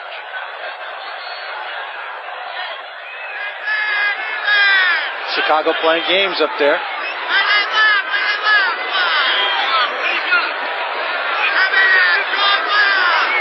Chicago does for a fact have 1 timeout remaining. Like Birmingham's willing to take 5 yards. Now they finally get organized, and they're going to kick it out. Not a very good kick for Lenny Willis. He's going to have some room to run. There are 2-3 penalty flags thrown. I think you've got a clip called against Chicago. There goes your 4th flag. So it's sort of pick your foul. That's exactly what it's going to be. Prior to the punt, the Chicago defense was shifting around. They took some coverage off a wide receiver that was split far to the right, and then ran some coverage back out there. Birmingham shifted around, finally got it off, and when the cover man was down fairly close to Lenny Willis, he was just pushed in the back. He didn't really hit him very hard, just pushed him, and it'll go against Chicago. So they had the ball up around midfield in pretty good position to make a strike or two. When I told you 35 seconds, looking at one end of the scoreboard, it was 35 seconds. The other one showed 55, and now it's down to 43. And Chicago, instead of having the ball at midfield in time for 3 Personal plays. foul, clipping during the run back, number 29. First down. Chicago is now backed up to the 20. Clip was easy to see. It was right out in the open field. Well, it'll come up just on the right side of the screen. You see Lenny Willis trying to run, and right there's the clip. So Bobby Scott goes from the 20.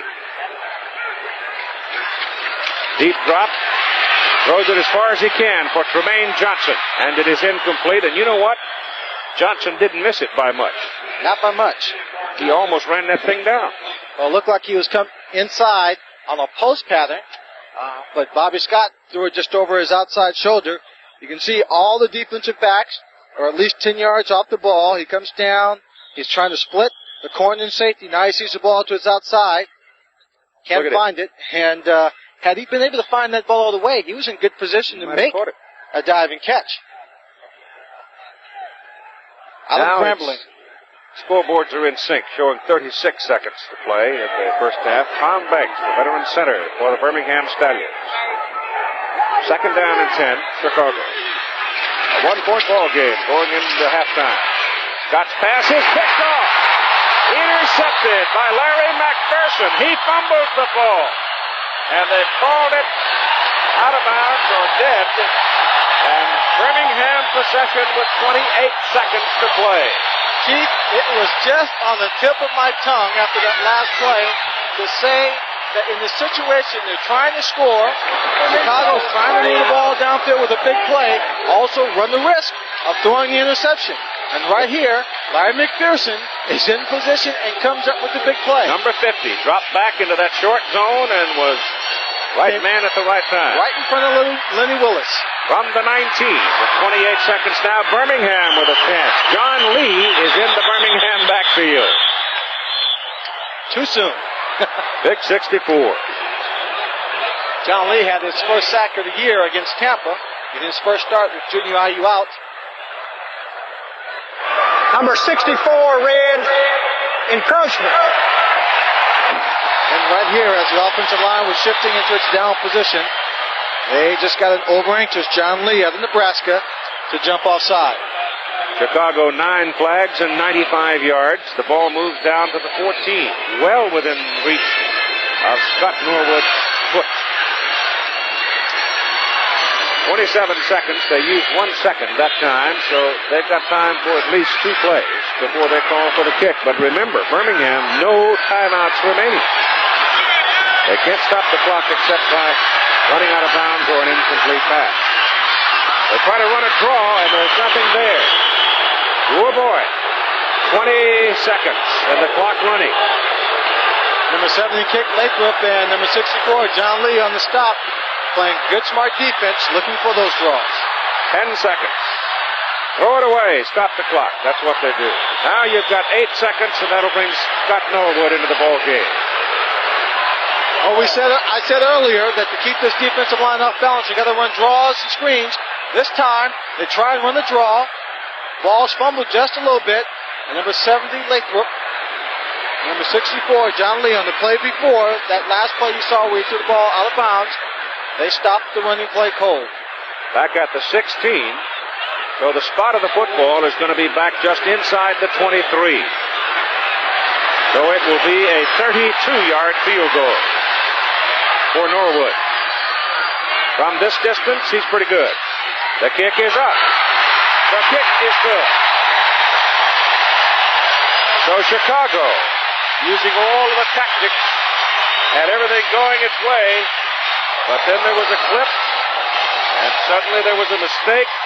Suddenly there was the interception, and with 4 seconds, Birmingham comes up with a field goal to take a 14-12 lead. With that time remaining. That's the dadgumdest quarter I've ever seen in my life. I mean, everything just seemed to be out of position for a 14-12 lead, 14-12 score with a 2-point lead for the Stallions. They were doing everything wrong. But suddenly, like you said, a couple of mistakes, a couple of big plays. You see Norwood there making the kick. He's counting them 1, 2, 3 through the uprights. Well, you know what? He's 7 out of 8 now from the 30 to the 40. He's had a very big year. Came in with 90 points before this ball game.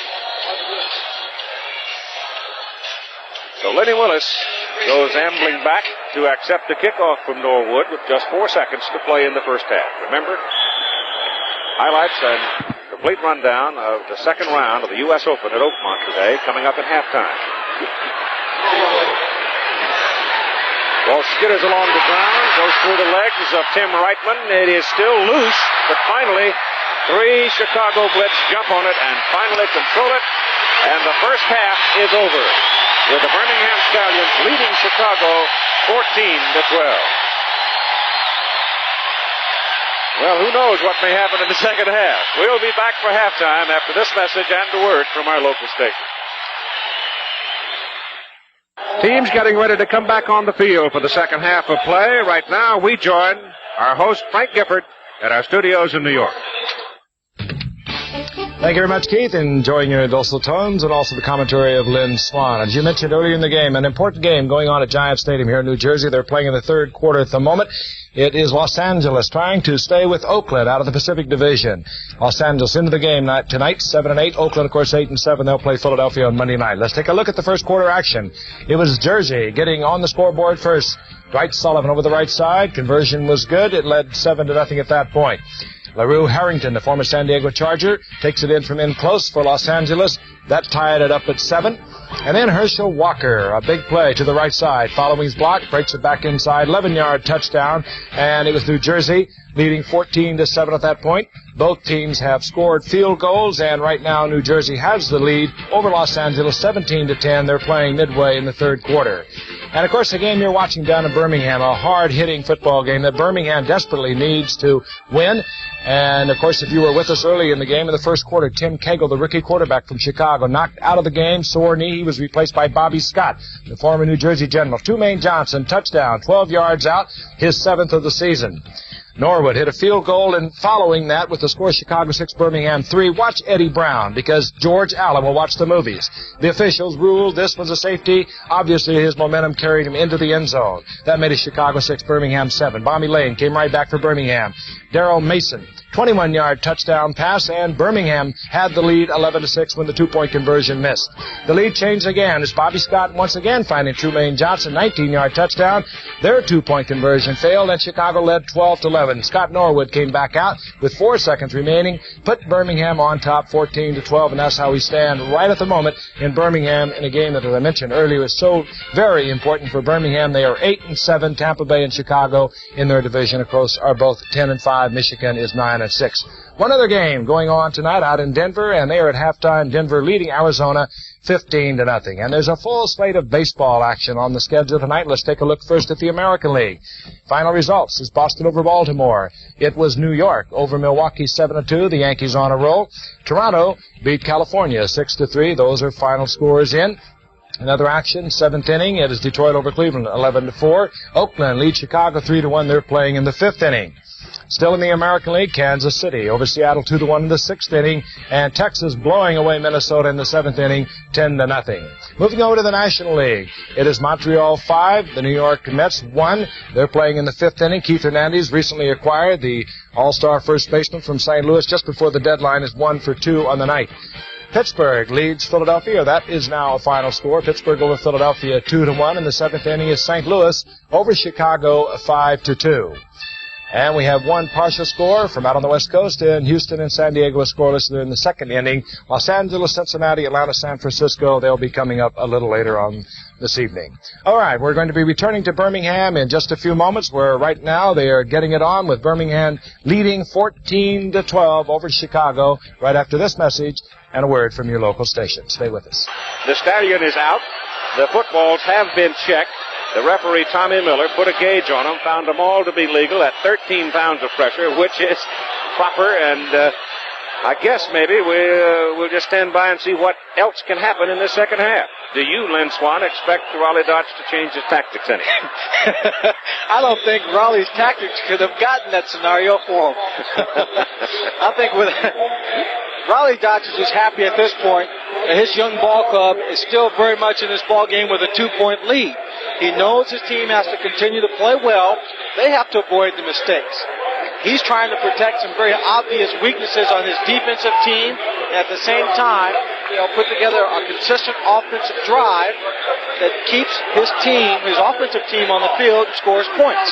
And if he can do that, he can come away with a victory, and there'll be a stunning upset. Scott Norwood, the kickoff for Birmingham. They're wearing white. It was their choice. He shanked it and rolls it downfield, where it's picked up by Doug Dennison for Chicago.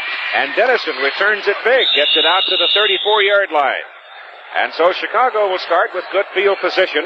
Tim Cagle slipped and twisted his knee in the first half, in the first quarter, as a matter of fact.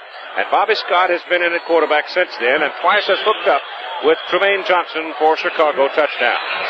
Scott is 7 for 11, 123 yards, 2 touchdowns, and 1 interception that led to a Birmingham score. Johnson has caught 3 for 44 yards, but most importantly, 2 touchdowns. So we go to the second half of play. Chicago from the 34. Scott turns and hands it off inside. And the gain by Kevin Long is short. Moves it up to about the 38. Give him 4 yards in penalties, and that was a big part of the controversy in the first half. A lot of personal fouls. Birmingham had 4 15-yard penalties for 53 yards, one of those being half the distance to the goal line. Chicago, on the other hand, flagged 9 times. They had 5 big ones and 4 5-yarders.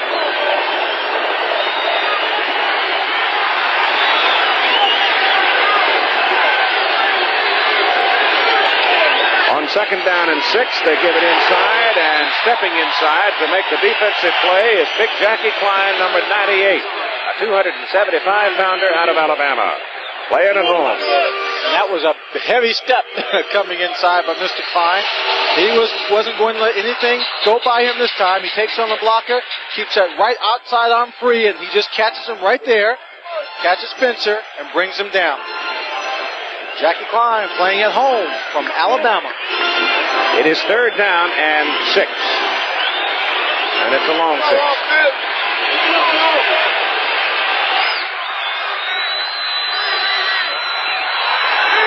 They slip McPherson in, showing blitz. Now he drops off. Bobby Scott has run away from the pressure and gets his pass off. Intended for Wayman Buggs, and it is incomplete. And Buggs a little hot on the play as he throws number 26, David Evans, to the rug, and the penalty flag is thrown. Well, the ball sailed over Buggs' head,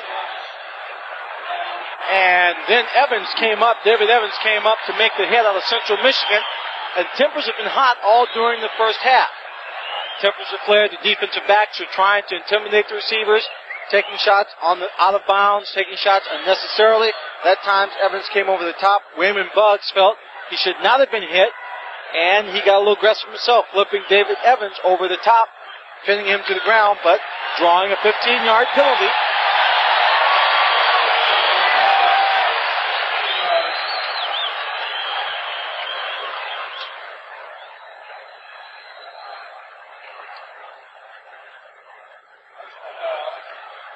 Tommy Miller's the referee, and the ball now moves all the way back inside the 25, inside the 24, really. And in to punt is Frank Corral. He's kicked twice tonight, 41 and 46 yards.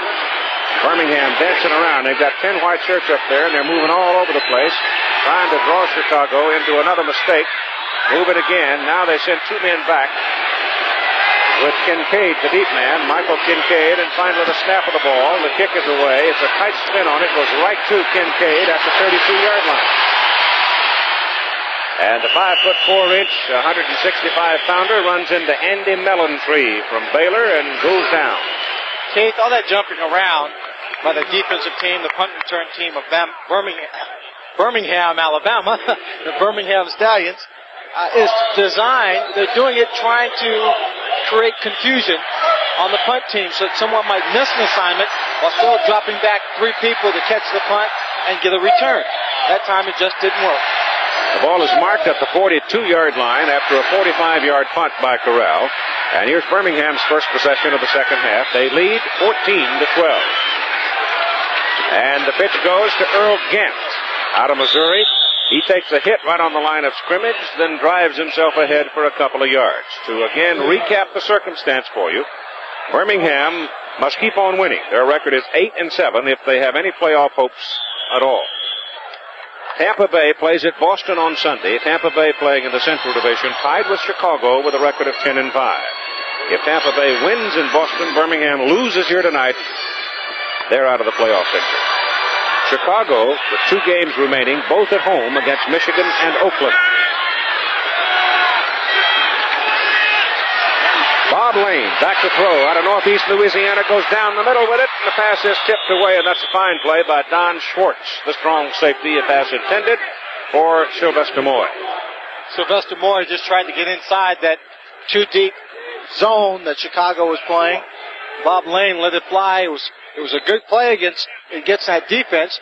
But Moy got down the middle, but Bob Lane just didn't have enough zip on the ball to get in there before the secondary could react to it. The Lane is now 4 out of 12 in his passing for 82 yards. He has a touchdown to Darrell Mason. On 3rd down and 8. The pass to the sidelines is incomplete. Carl Allen over defending on the play as the pass was intended for Michael Kincaid. Now let's see whether or not Rollie Dotsch has made offensive adjustments in this second half of play, because Chicago pretty well held Birmingham in check offensively. They were not able to really generate much of anything on a consistent basis in the first half. Alton and Gant line up in the backfield, and Bob Lane back to throw it, goes to the sideline, pass caught by Darrell Mason, and Mason is rolled out of bounds up near the marker and may have a first down. One of the things that they were doing in the first half was consistently running the football. What they had to do was do something a little different to keep the defense off balance. This time they come out passing the football, get it right there to the tight end, Darrell Mason, number 81, and he picks up the first down. Ball is just short of the 33. Lonnie Johnson is in now with Talton rather, as Gant goes out. Double wide to the top of the picture.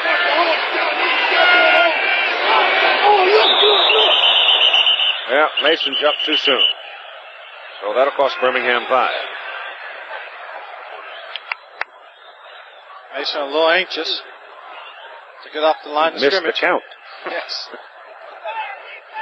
Here's Tim Brett. Thanks, Keith. I'm with Reggie Collier, the Taddock quarterback who was out for the season with an injury. Now, they're loading up on you up there, and I know you've been talking to the quarterbacks and the coaches. How do you change? Well, the thing to do is throw the ball on 1st and 2nd down, because Chicago has really been playing man coverage on our wideouts and really daring us to throw the ball. So I think if we can throw the ball on 1st and 2nd down, we'll be fine. Okay, Keith. Big Reggie Collier came here from southern Mississippi. Golden Eagle back to throw. And at the sidelines, Talton. Talton pulls it down at the 33-yard line, so he is back to the original line of scrimmage with a 5-yard pickup. Ed Smith, linebacker, covering on the play. It wasn't an easy catch for Talton. He had to get his body turned, made a good catch of it, got it turned around, then was able to get upfield for another couple of yards. Reggie Collier, young man with a lot of talent. Big, strong young man. He could run, throw the football. Well, the talk was that if he went to the NFL, they'd probably make him a tight end or a wide receiver. He said, I want to play quarterback. That's one of the reasons he came to Birmingham. Pop it up the middle, and Talton almost popped it out of there big, but Joe Ehrman got a piece of him and slowed him down. He is short of the first down. It'll be 3rd down, 6. Big Joe Ehrman coming into the ball game, led his team in sacks with 15, 36 tackles. He's another tough man to get around. Not an easy man to get around. Joe's been around pro football for 10 years. He played his college ball at Syracuse. 3rd down and 6 for Birmingham. Lane's pass over the middle is incomplete. He's lucky to get that one back, because Stan White had a better chance of catching that ball than did Ken Talton. He sure did. Earlier in the ball game, Lane threw an interception to Ehrman. Hit him right in the numbers. Carl Lorch. Carl Lorch, excuse me. Carl Lorch just standing there trying to figure out how he could get in there a little bit closer. Birmingham trying to set up a little screen over the middle. And Carl Lorch ended up with the ball in his hand. 6th punt of the night for Skip Johnson.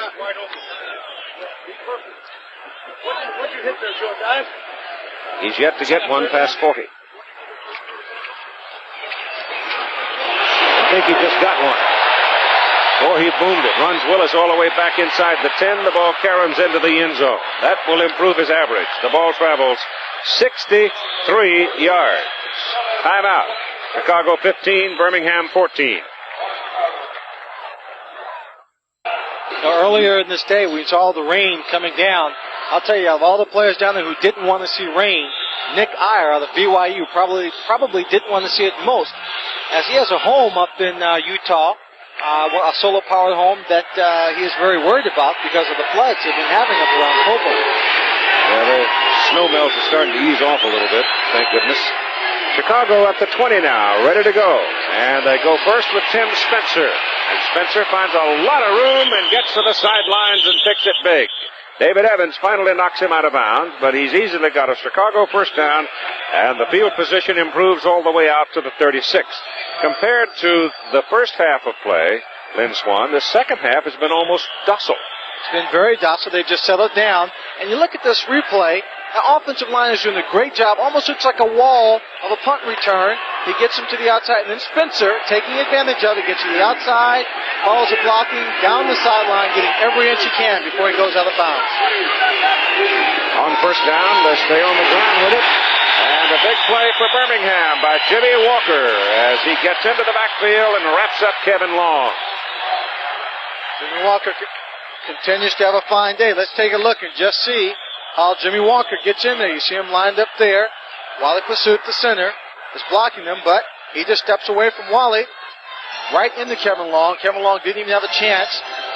Big Jimmy Walker. I'd hate to have 240 pounds of him fall on him.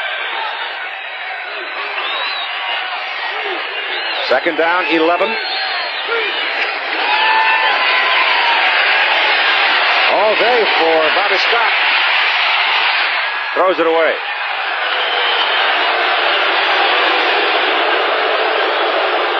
The boos of the fan, hoping they can influence the official to drop his flag. Call intentional grounding. Of course, this particular play, Paul Ricker thought he was wide open. Look at him right there. Give him the ball. Give him the ball. But he didn't. Reitman. But he didn't see that linebacker standing right behind him. Had that ball been thrown in the direction of Reitman, had a good chance of being picked off. Third down, 11 from the 35 for Chicago. 3:20 to go, third quarter. Chicago leading by a point, 15-14 over Birmingham, and Scott's going to throw again. Throws it hard. And the pass is caught, but it is well short of the first down, up at 41 as Wayman Buggs came back to the ball, and it'll bring up fourth down and a punt. Well, it's Birmingham's defense now that comes up with really solid pressure on the quarterback, forcing a couple of incomplete passes. The complete pass being short of the first down. Now, good field position for the Birmingham Stallions. Corral's punt, tail dragger, and should bounce in favor of Chicago, and it does. Kincaid has to field it and goes down. But he goes down back on the 17. So a 41-yard punt pins Birmingham down inside the 20. Timeout with 2:40 to go in the third quarter. Craig Morton was one hot coach when he walked off the field the other night, Monday night. He was upset. Hey, Sam is rushing. Sam is rushing. Right now, they're trying to get some things straightened out on the defensive side, on the sideline for Birmingham. Going over the defensive rush. Lane sets him up and hands the ball off to Lonnie Johnson, and Johnson bangs his way out near the 24. Tim Spencer having a good night. He's right now with our Tim Brent. And Tim Spencer is one of the guys here for Chicago that's played 3 games in 12 days. Is it wearing? Well, I think it probably will after the game. Right now, it's a little hard to tell whether it did any wear or not. But, we played a couple games, and we had to suck it up and go out and finish this game and be a winner. Birmingham shutting you down pretty good right now. What are they doing? Well, I'm not sure what they're doing, really, but I think we're doing a good job. I think we have to run the ball, and then I think that'll open the pass, and I think we can get things going. Now, at halftime, George told you to maintain your composure. Is that the main key right now? Yeah, I think we have to maintain our poise because we've gotten some stupid penalties that we should have never gotten, and the score could be a little bit better than what it is now, but that is the key. We have to keep our poise. You're here to battle Birmingham, not the officials, right? That's right. All right, Keith. He's a good youngster. I watched him for 4 years play at Ohio State. Pat Phoenix is the Birmingham player down on the field, the big right tackle. Pat, a rookie out of Ole Miss, 260-pounder. He came over here and just simply won the starting job. And Mike Turner will be his replacement. He's a rookie out of LSU at 255. So Pat's going to get up rather gingerly. Looks like he'll be all right and able to walk off the field, however. Gets pretty heavy down in the middle of those baby elephants, whacking each other around sometimes. Especially when you've got a team like Chicago's defensive line. They're running a lot of stunts, a lot of games up front. One person, couple of people slanting to the left, somebody looping around the other side, trying to confuse the offensive line. And then you get those bodies just kind of bumping into each other, trying to find their assignment, trying to find somebody to hit. People get hurt. It is second down for Birmingham and 4. As Johnson gained 6 yards on the carry. They take it inside with Carlton, and Carlton's leg drive, second effort, gets him a first down. Ball reaches the 29. All of these Birmingham running backs are tough runners. They aren't fancy.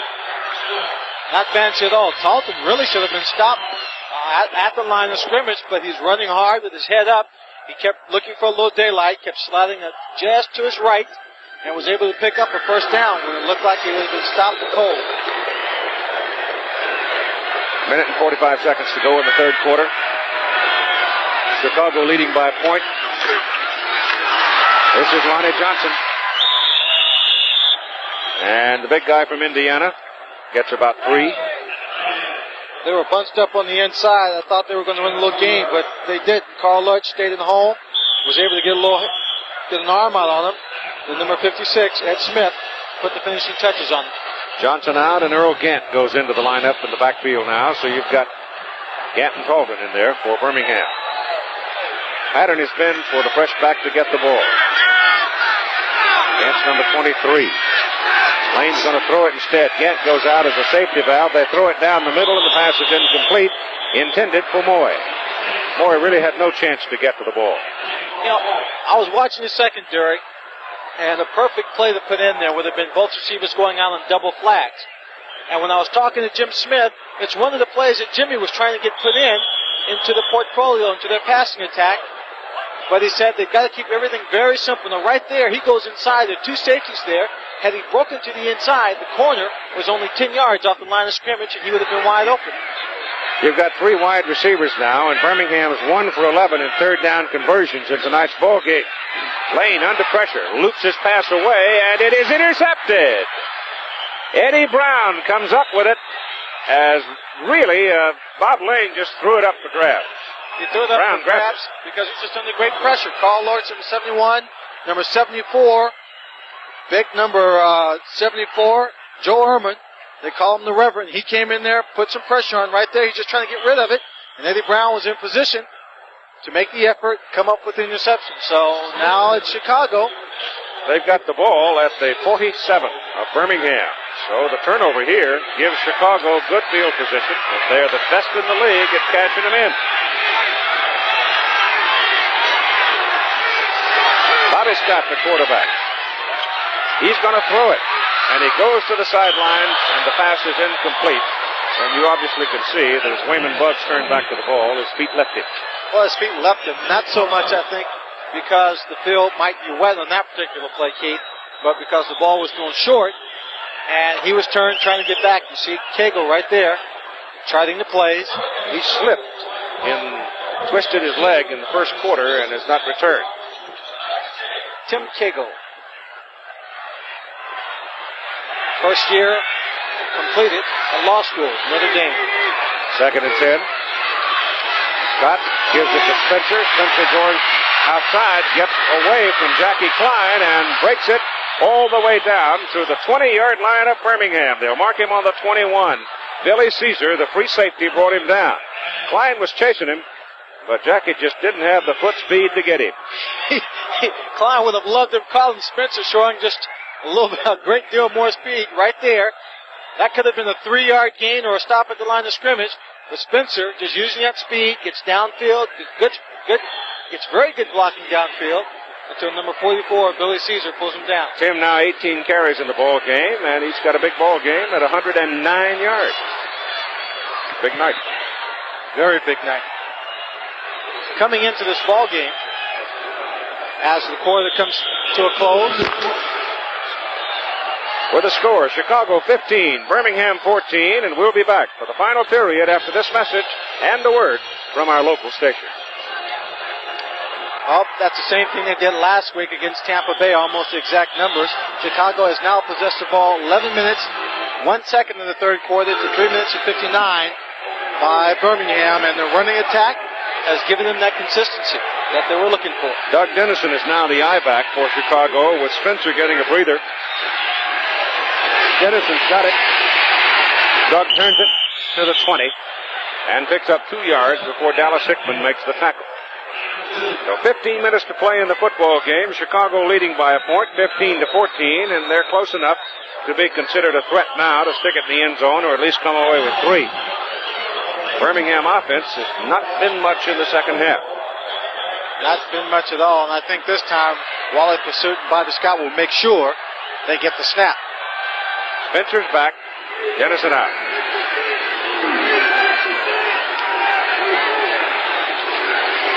Scott looking to throw it, loops it into the corner. Tremaine Johnson, penalty flag. The defender, Michael Thomas, and he throws the flag now. He threw the beanbag first. But Michael Thomas grabbed a hold of Tremaine Johnson and jerked him, held him, because he knew Johnson was away from him. Tremaine had escaped. He was going to catch the touchdown, and Michael reached out and grabbed it. If I were Michael, at this point, I'd bring out a pair of handcuffs, line up on the line of scrimmage. A lasso or something. Put one loop of the handcuffs on my wrist and the other on Tremaine Johnson, because that might be the only way he's going to stay close enough to him. This would have been the third touchdown for Tremaine Johnson. He's wide open, and Michael did the only thing he could do to prevent a touchdown. He just reached out and grabbed it. Who knows? Maybe the next play Chicago will fumble the football and they'll get it back. But anything to stop a receiver from getting a third touchdown over the same guy in one day. Penalty being assessed. And it goes inside the 10. Here's the call. Defensive pass interference, number 49, half the distance to the goal line, first down. First and goal at the Birmingham 8, and the Stallions are in trouble. In the fourth quarter, Chicago leading by a point, looking to get 7 more. Crowd 22-5 announced. Rollie Dotsch knew going into the ball game that if he played a lot of man-to-man, he would have problems keeping a handle on Tremaine Johnson. So far, Tremaine has scored all the touchdowns. Here's the pitch back to Spencer. Spencer is cut down for a loss at the 9. Maybe the 10 where they put it. Herb Spencer makes the big play. Big guy out of Newberry College. Yes, he's having a very busy afternoon. Trying to wear down number 46, Tim Spencer. That's a lot of man to try and wear down. Dennison comes back now, and Long goes out. Boatner comes in, and Spencer leaves as well. So on second down and goal from the 10, you have your passing combination in the ball game for Chicago. If they can stop him and force a field goal, tactically, Michael Thompson may have done the right thing.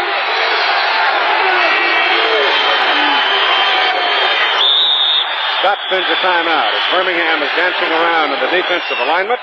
And Scott, wanting to make sure they don't let this opportunity slip away, calls time to talk. 15-14, Chicago leading, threatening, 13-29 to play in the game. To win and keep on winning to have any hopes for making the playoffs. Chicago now comes back, and they put Dennison in the backfield. Just before they called the timeout, they had Dennison outside and Tremaine Johnson lined up in the backfield. Birmingham dancing around on second down and goal from the 10.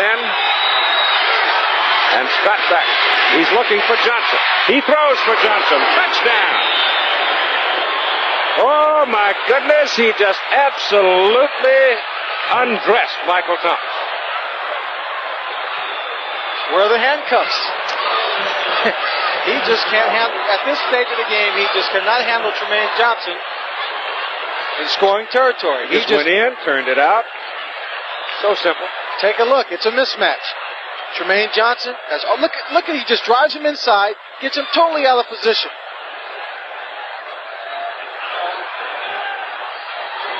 Probably one of the easiest days Tremaine Johnson has seen against Michael Thompson. The kick by Corral is good. So with 13:22 to play in the ball game, the Chicago Blitz jumped out to an 8-point lead over Birmingham, 22-14. There were a little less than 5 minutes remaining in the fourth quarter. New Jersey leading 20-13, and Sam Sopp picks off the Tom Ramsey pass and saves a possible score by Los Angeles. The score remains New Jersey 20, Los Angeles 13. Let's return now to Keith Jackson. Back here at Legion Field in Birmingham, Michael Kincaid is standing deep now for the kickoff from Corral. Tremaine Johnson has caught 4 balls tonight, 3 for touchdowns. That's 75% scoring. Not bad.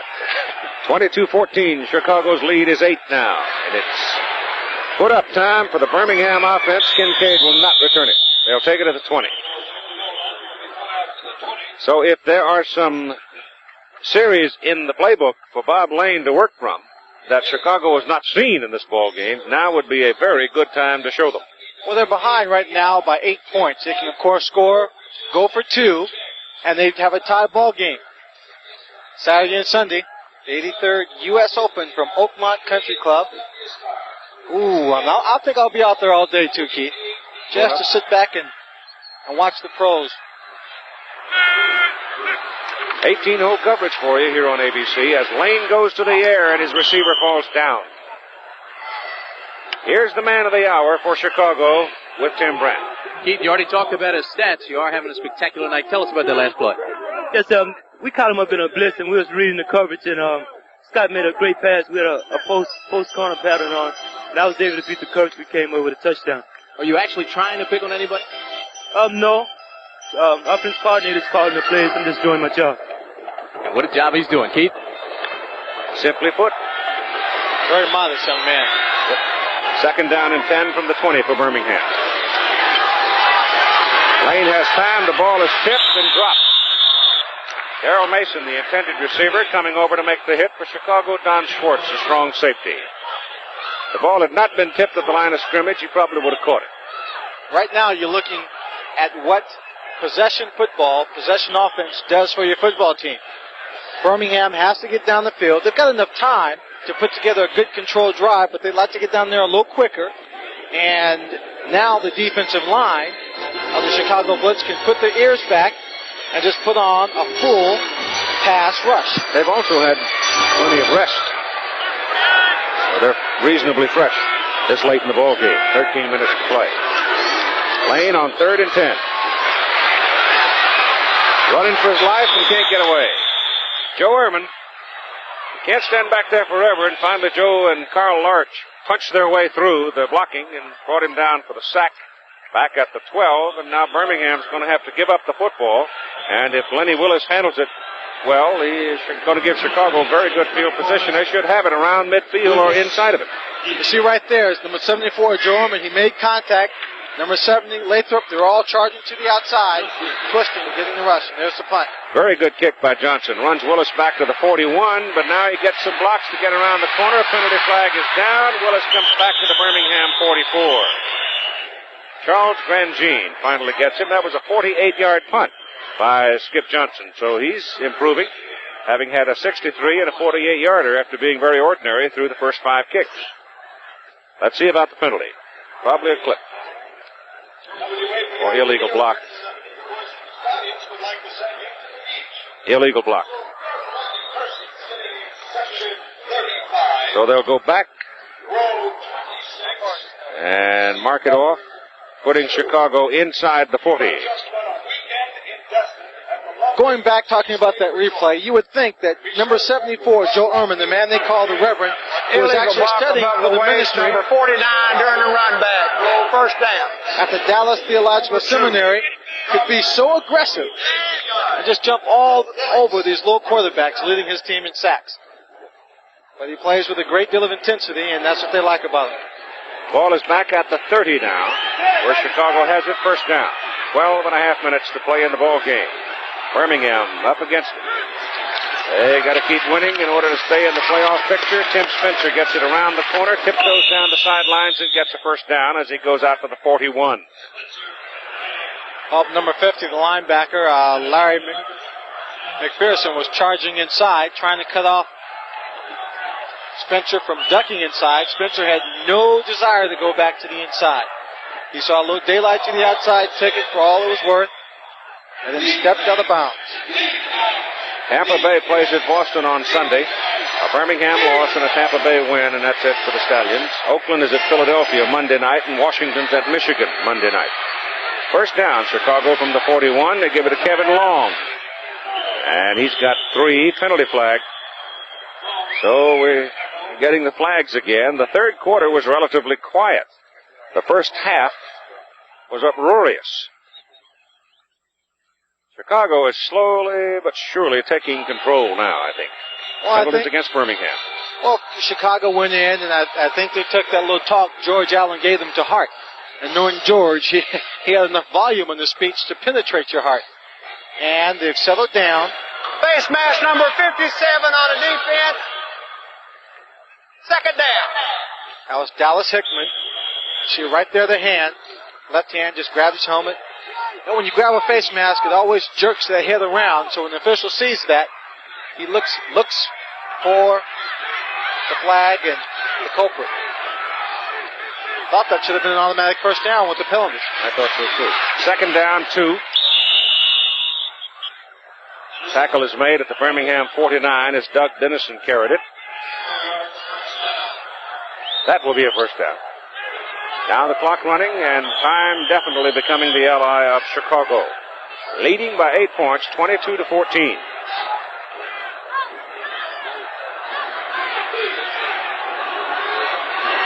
We saw how Birmingham scored 11 points in 1 minute and 41 seconds, so they're still in this ball game. They with Spencer, and Spencer gets down to the Birmingham 41 where they bring him down. Of course, we had that remarkable finish in the Boston-Philadelphia ball game, the ricochet touchdown where Boston won it.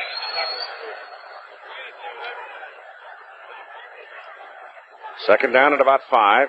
Chicago on first down plays done very well tonight. On their rushing averages, carrying the ball, they've done very well tonight. They're averaging right at 5.5 on first down plays, and for the game, they're averaging 4.4 per rush. So that's pretty efficient. Scott back, second down, puts it in the air, and that's going to be way short of Trumaine Johnson. Oh, big number 75, Jimmy Walker, just came storming in on Bobby Scott. Had a lot of the pressure on him, and he hit Bobby Scott just as he was about to release the ball. I'll tell you one thing the Birmingham defensive people have done. They've changed the assignments. That time, Billy Caesar was playing Trumaine Johnson, not Michael Thomas. Well, what they're trying to do is give Michael Thomas a little help. They see he's kind of overmatched out there. They put a linebacker on Trumaine Johnson and just make him waste a little energy going around him. Maybe he can slow him down a bit. Now Thomas has got him again as he goes out to the top of the picture. On third down and 5.5. Scott runs away from the pressure. Throws it over the middle, and it is caught by Bug. No, Lenny Willis, 89, comes down with it. So Lenny Willis continues to make the big plays for Chicago. Lenny Willis is listed as a wide receiver, but just in front of that wide receiver, they should put DR, which means designated receiver. Receivers that come in on third down situations have a great advantage if they've got some talent, because the other team has to pay attention, in this case, to Trumaine Johnson and Wayman Buggs. They can't afford to always double team the third guy coming in. They've opted not to. He gets single coverage all the time. Here comes Spencer with a sweep right on the first down play from the 26 of Birmingham. Lenny Willis to re-emphasize his big play in the ball game and his history of big plays this season. He's caught 3 balls for 70 yards. See the big charge here by the defense. They're coming in. Number 55 is Herb Spencer. He turns back around and watch his hands. See, he's going for the ball right there for a second. He wants to create a turnover, trying to strip the ball from the ball carrier, get it away from him, give his team, the Stallions, a chance to get back in this ball game. Pick up of 6, second down and 4. The ball is on the Birmingham 20. 9:45 to play in the game. Give it long, starts left, cuts right, goes up the middle of the 15, got 5. Moochie Allen, a rookie out of southern Mississippi, and Dallas Hickman make the tackle. Now it looks to me like the Birmingham defense is getting tired. Rollie Dotsch, offensive line coach of the Pittsburgh Steelers for the last 5 years. He's in Detroit. Coached college football at Michigan State. Got a Birmingham man down on the field, so time is taken for him, stopping the clock with 9 minutes and 23 seconds to play in the ball game. And right now, things look pretty good for the Chicago Blitz, leading 22-14. David Evans was hurt on the play, comes off the field. There's Ted Dietrich, principal owner of the Chicago Blitz. Bill Harris, other owner. George Allen, also a piece of the ball club. Son Bruce is the general manager. Right now, he's pleased with the way things are. Melvin Williams has gone in to play in the defensive secondary for the Birmingham Stallions. He's listed as their number 2 quarterback. No, he didn't go in either. He started out and then came back. Emanuel Thompson is out there. Behind the line of scrimmage, big play on Kevin Long by Mike Raines. So Raines, who's been pretty quiet tonight, fought his way through there and got his man behind the line of scrimmage. Big Mike Raines, he just leaped out there, all 6 feet, 6 inches of him, and just knocked him down. Oh, just watch the way he sacrifices his body here. He doesn't want Long to get going. He's being blocked, just reaches out, able to trip him up, doesn't really get a good firm piece of any part of him, but he just kind of goes down the whole body, hitting him first high, then tripping him up low. Back at the 21, call it.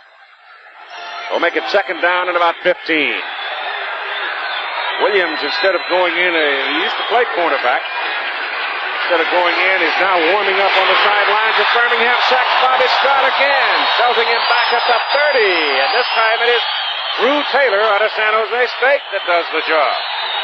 Well, that time they were trying to set up a little delayed pass route to number 2, Tremaine Johnson, coming underneath, letting all the receivers clear out. But when you do that, it takes time. And look at this pass rush. Your whole offensive line is bunched up, and just right through the outside, Drew Taylor comes from the outside, reaches in and just plucks Scott out of the pocket and lays him down. So they're back on the 30.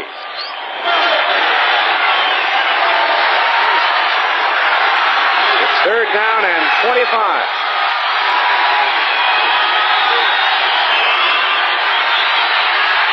Scott has time over the middle, intercepted by Larry McPherson. And McPherson comes back to the 35, and Chicago is turned away. Birmingham has the ball with 7:40 to play in the game. They have good field position. Melvin Williams was warming up, and looks like he may go. Again, Bobby Scott trying to move down the field. All he wants is good field goal position for Frank Corral. That time, he threw it right into the hands of McPherson. Larry doing an excellent job. And Melvin Williams is in the ball game. He's out of Mississippi Valley State, played 2 years of cornerback with the Seattle Seahawks. Now he's in there as the backup quarterback for Birmingham, trying to get something going from the 35. A 22-14 ball game. The handoff is to Earl Gant. And Gant ducks his head in the stack for about 3. And comes up limping. So he comes out. And Lonnie Johnson goes in. With Melvin Williams, who has good size, as you see, having played cornerback, obviously a durable athlete, who knows? He might be in the mold of Reggie Collier. He might tuck it away and go himself. Bonhorst showing blitz. Williams back for his first pass. Over the middle it goes, and he's lucky to get it back. It was right in the hands of Schwartz, moving in behind Darrell Mason, and Don couldn't hang on to it. So it is third down and 7. Well, he wanted to get Mason in between those 2 deep safeties in the zone. He didn't have enough time to wait for Darrell Mason to get downfield. Here's a big score for the folks in Los Angeles and the LA Express. New Jersey beat them tonight 20-13. And so Los Angeles record falls to 7-9. Oakland leads that division at 8-7, but they have a chore in front of them Monday night in Philadelphia.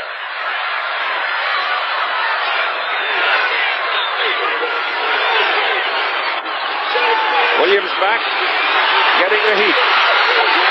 And down he goes. Kip Lathrop jumps on him, and they sack him back at the 33. Lorch was in there as well, and they had pressure looping from the outside. So again, the defensive line putting pressure on the young quarterback. He's dropping back. He's trying to wait until his receivers get open. It's a third down situation. They need it desperately with only 6.5 minutes to go in this ball game, and he is sacked. Kip Johnson hits a beauty of a punt, runs Lenny Willis back to the 15.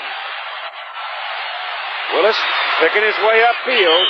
Finally, his legs cut from under him, short of the 30 by Dave Smilo.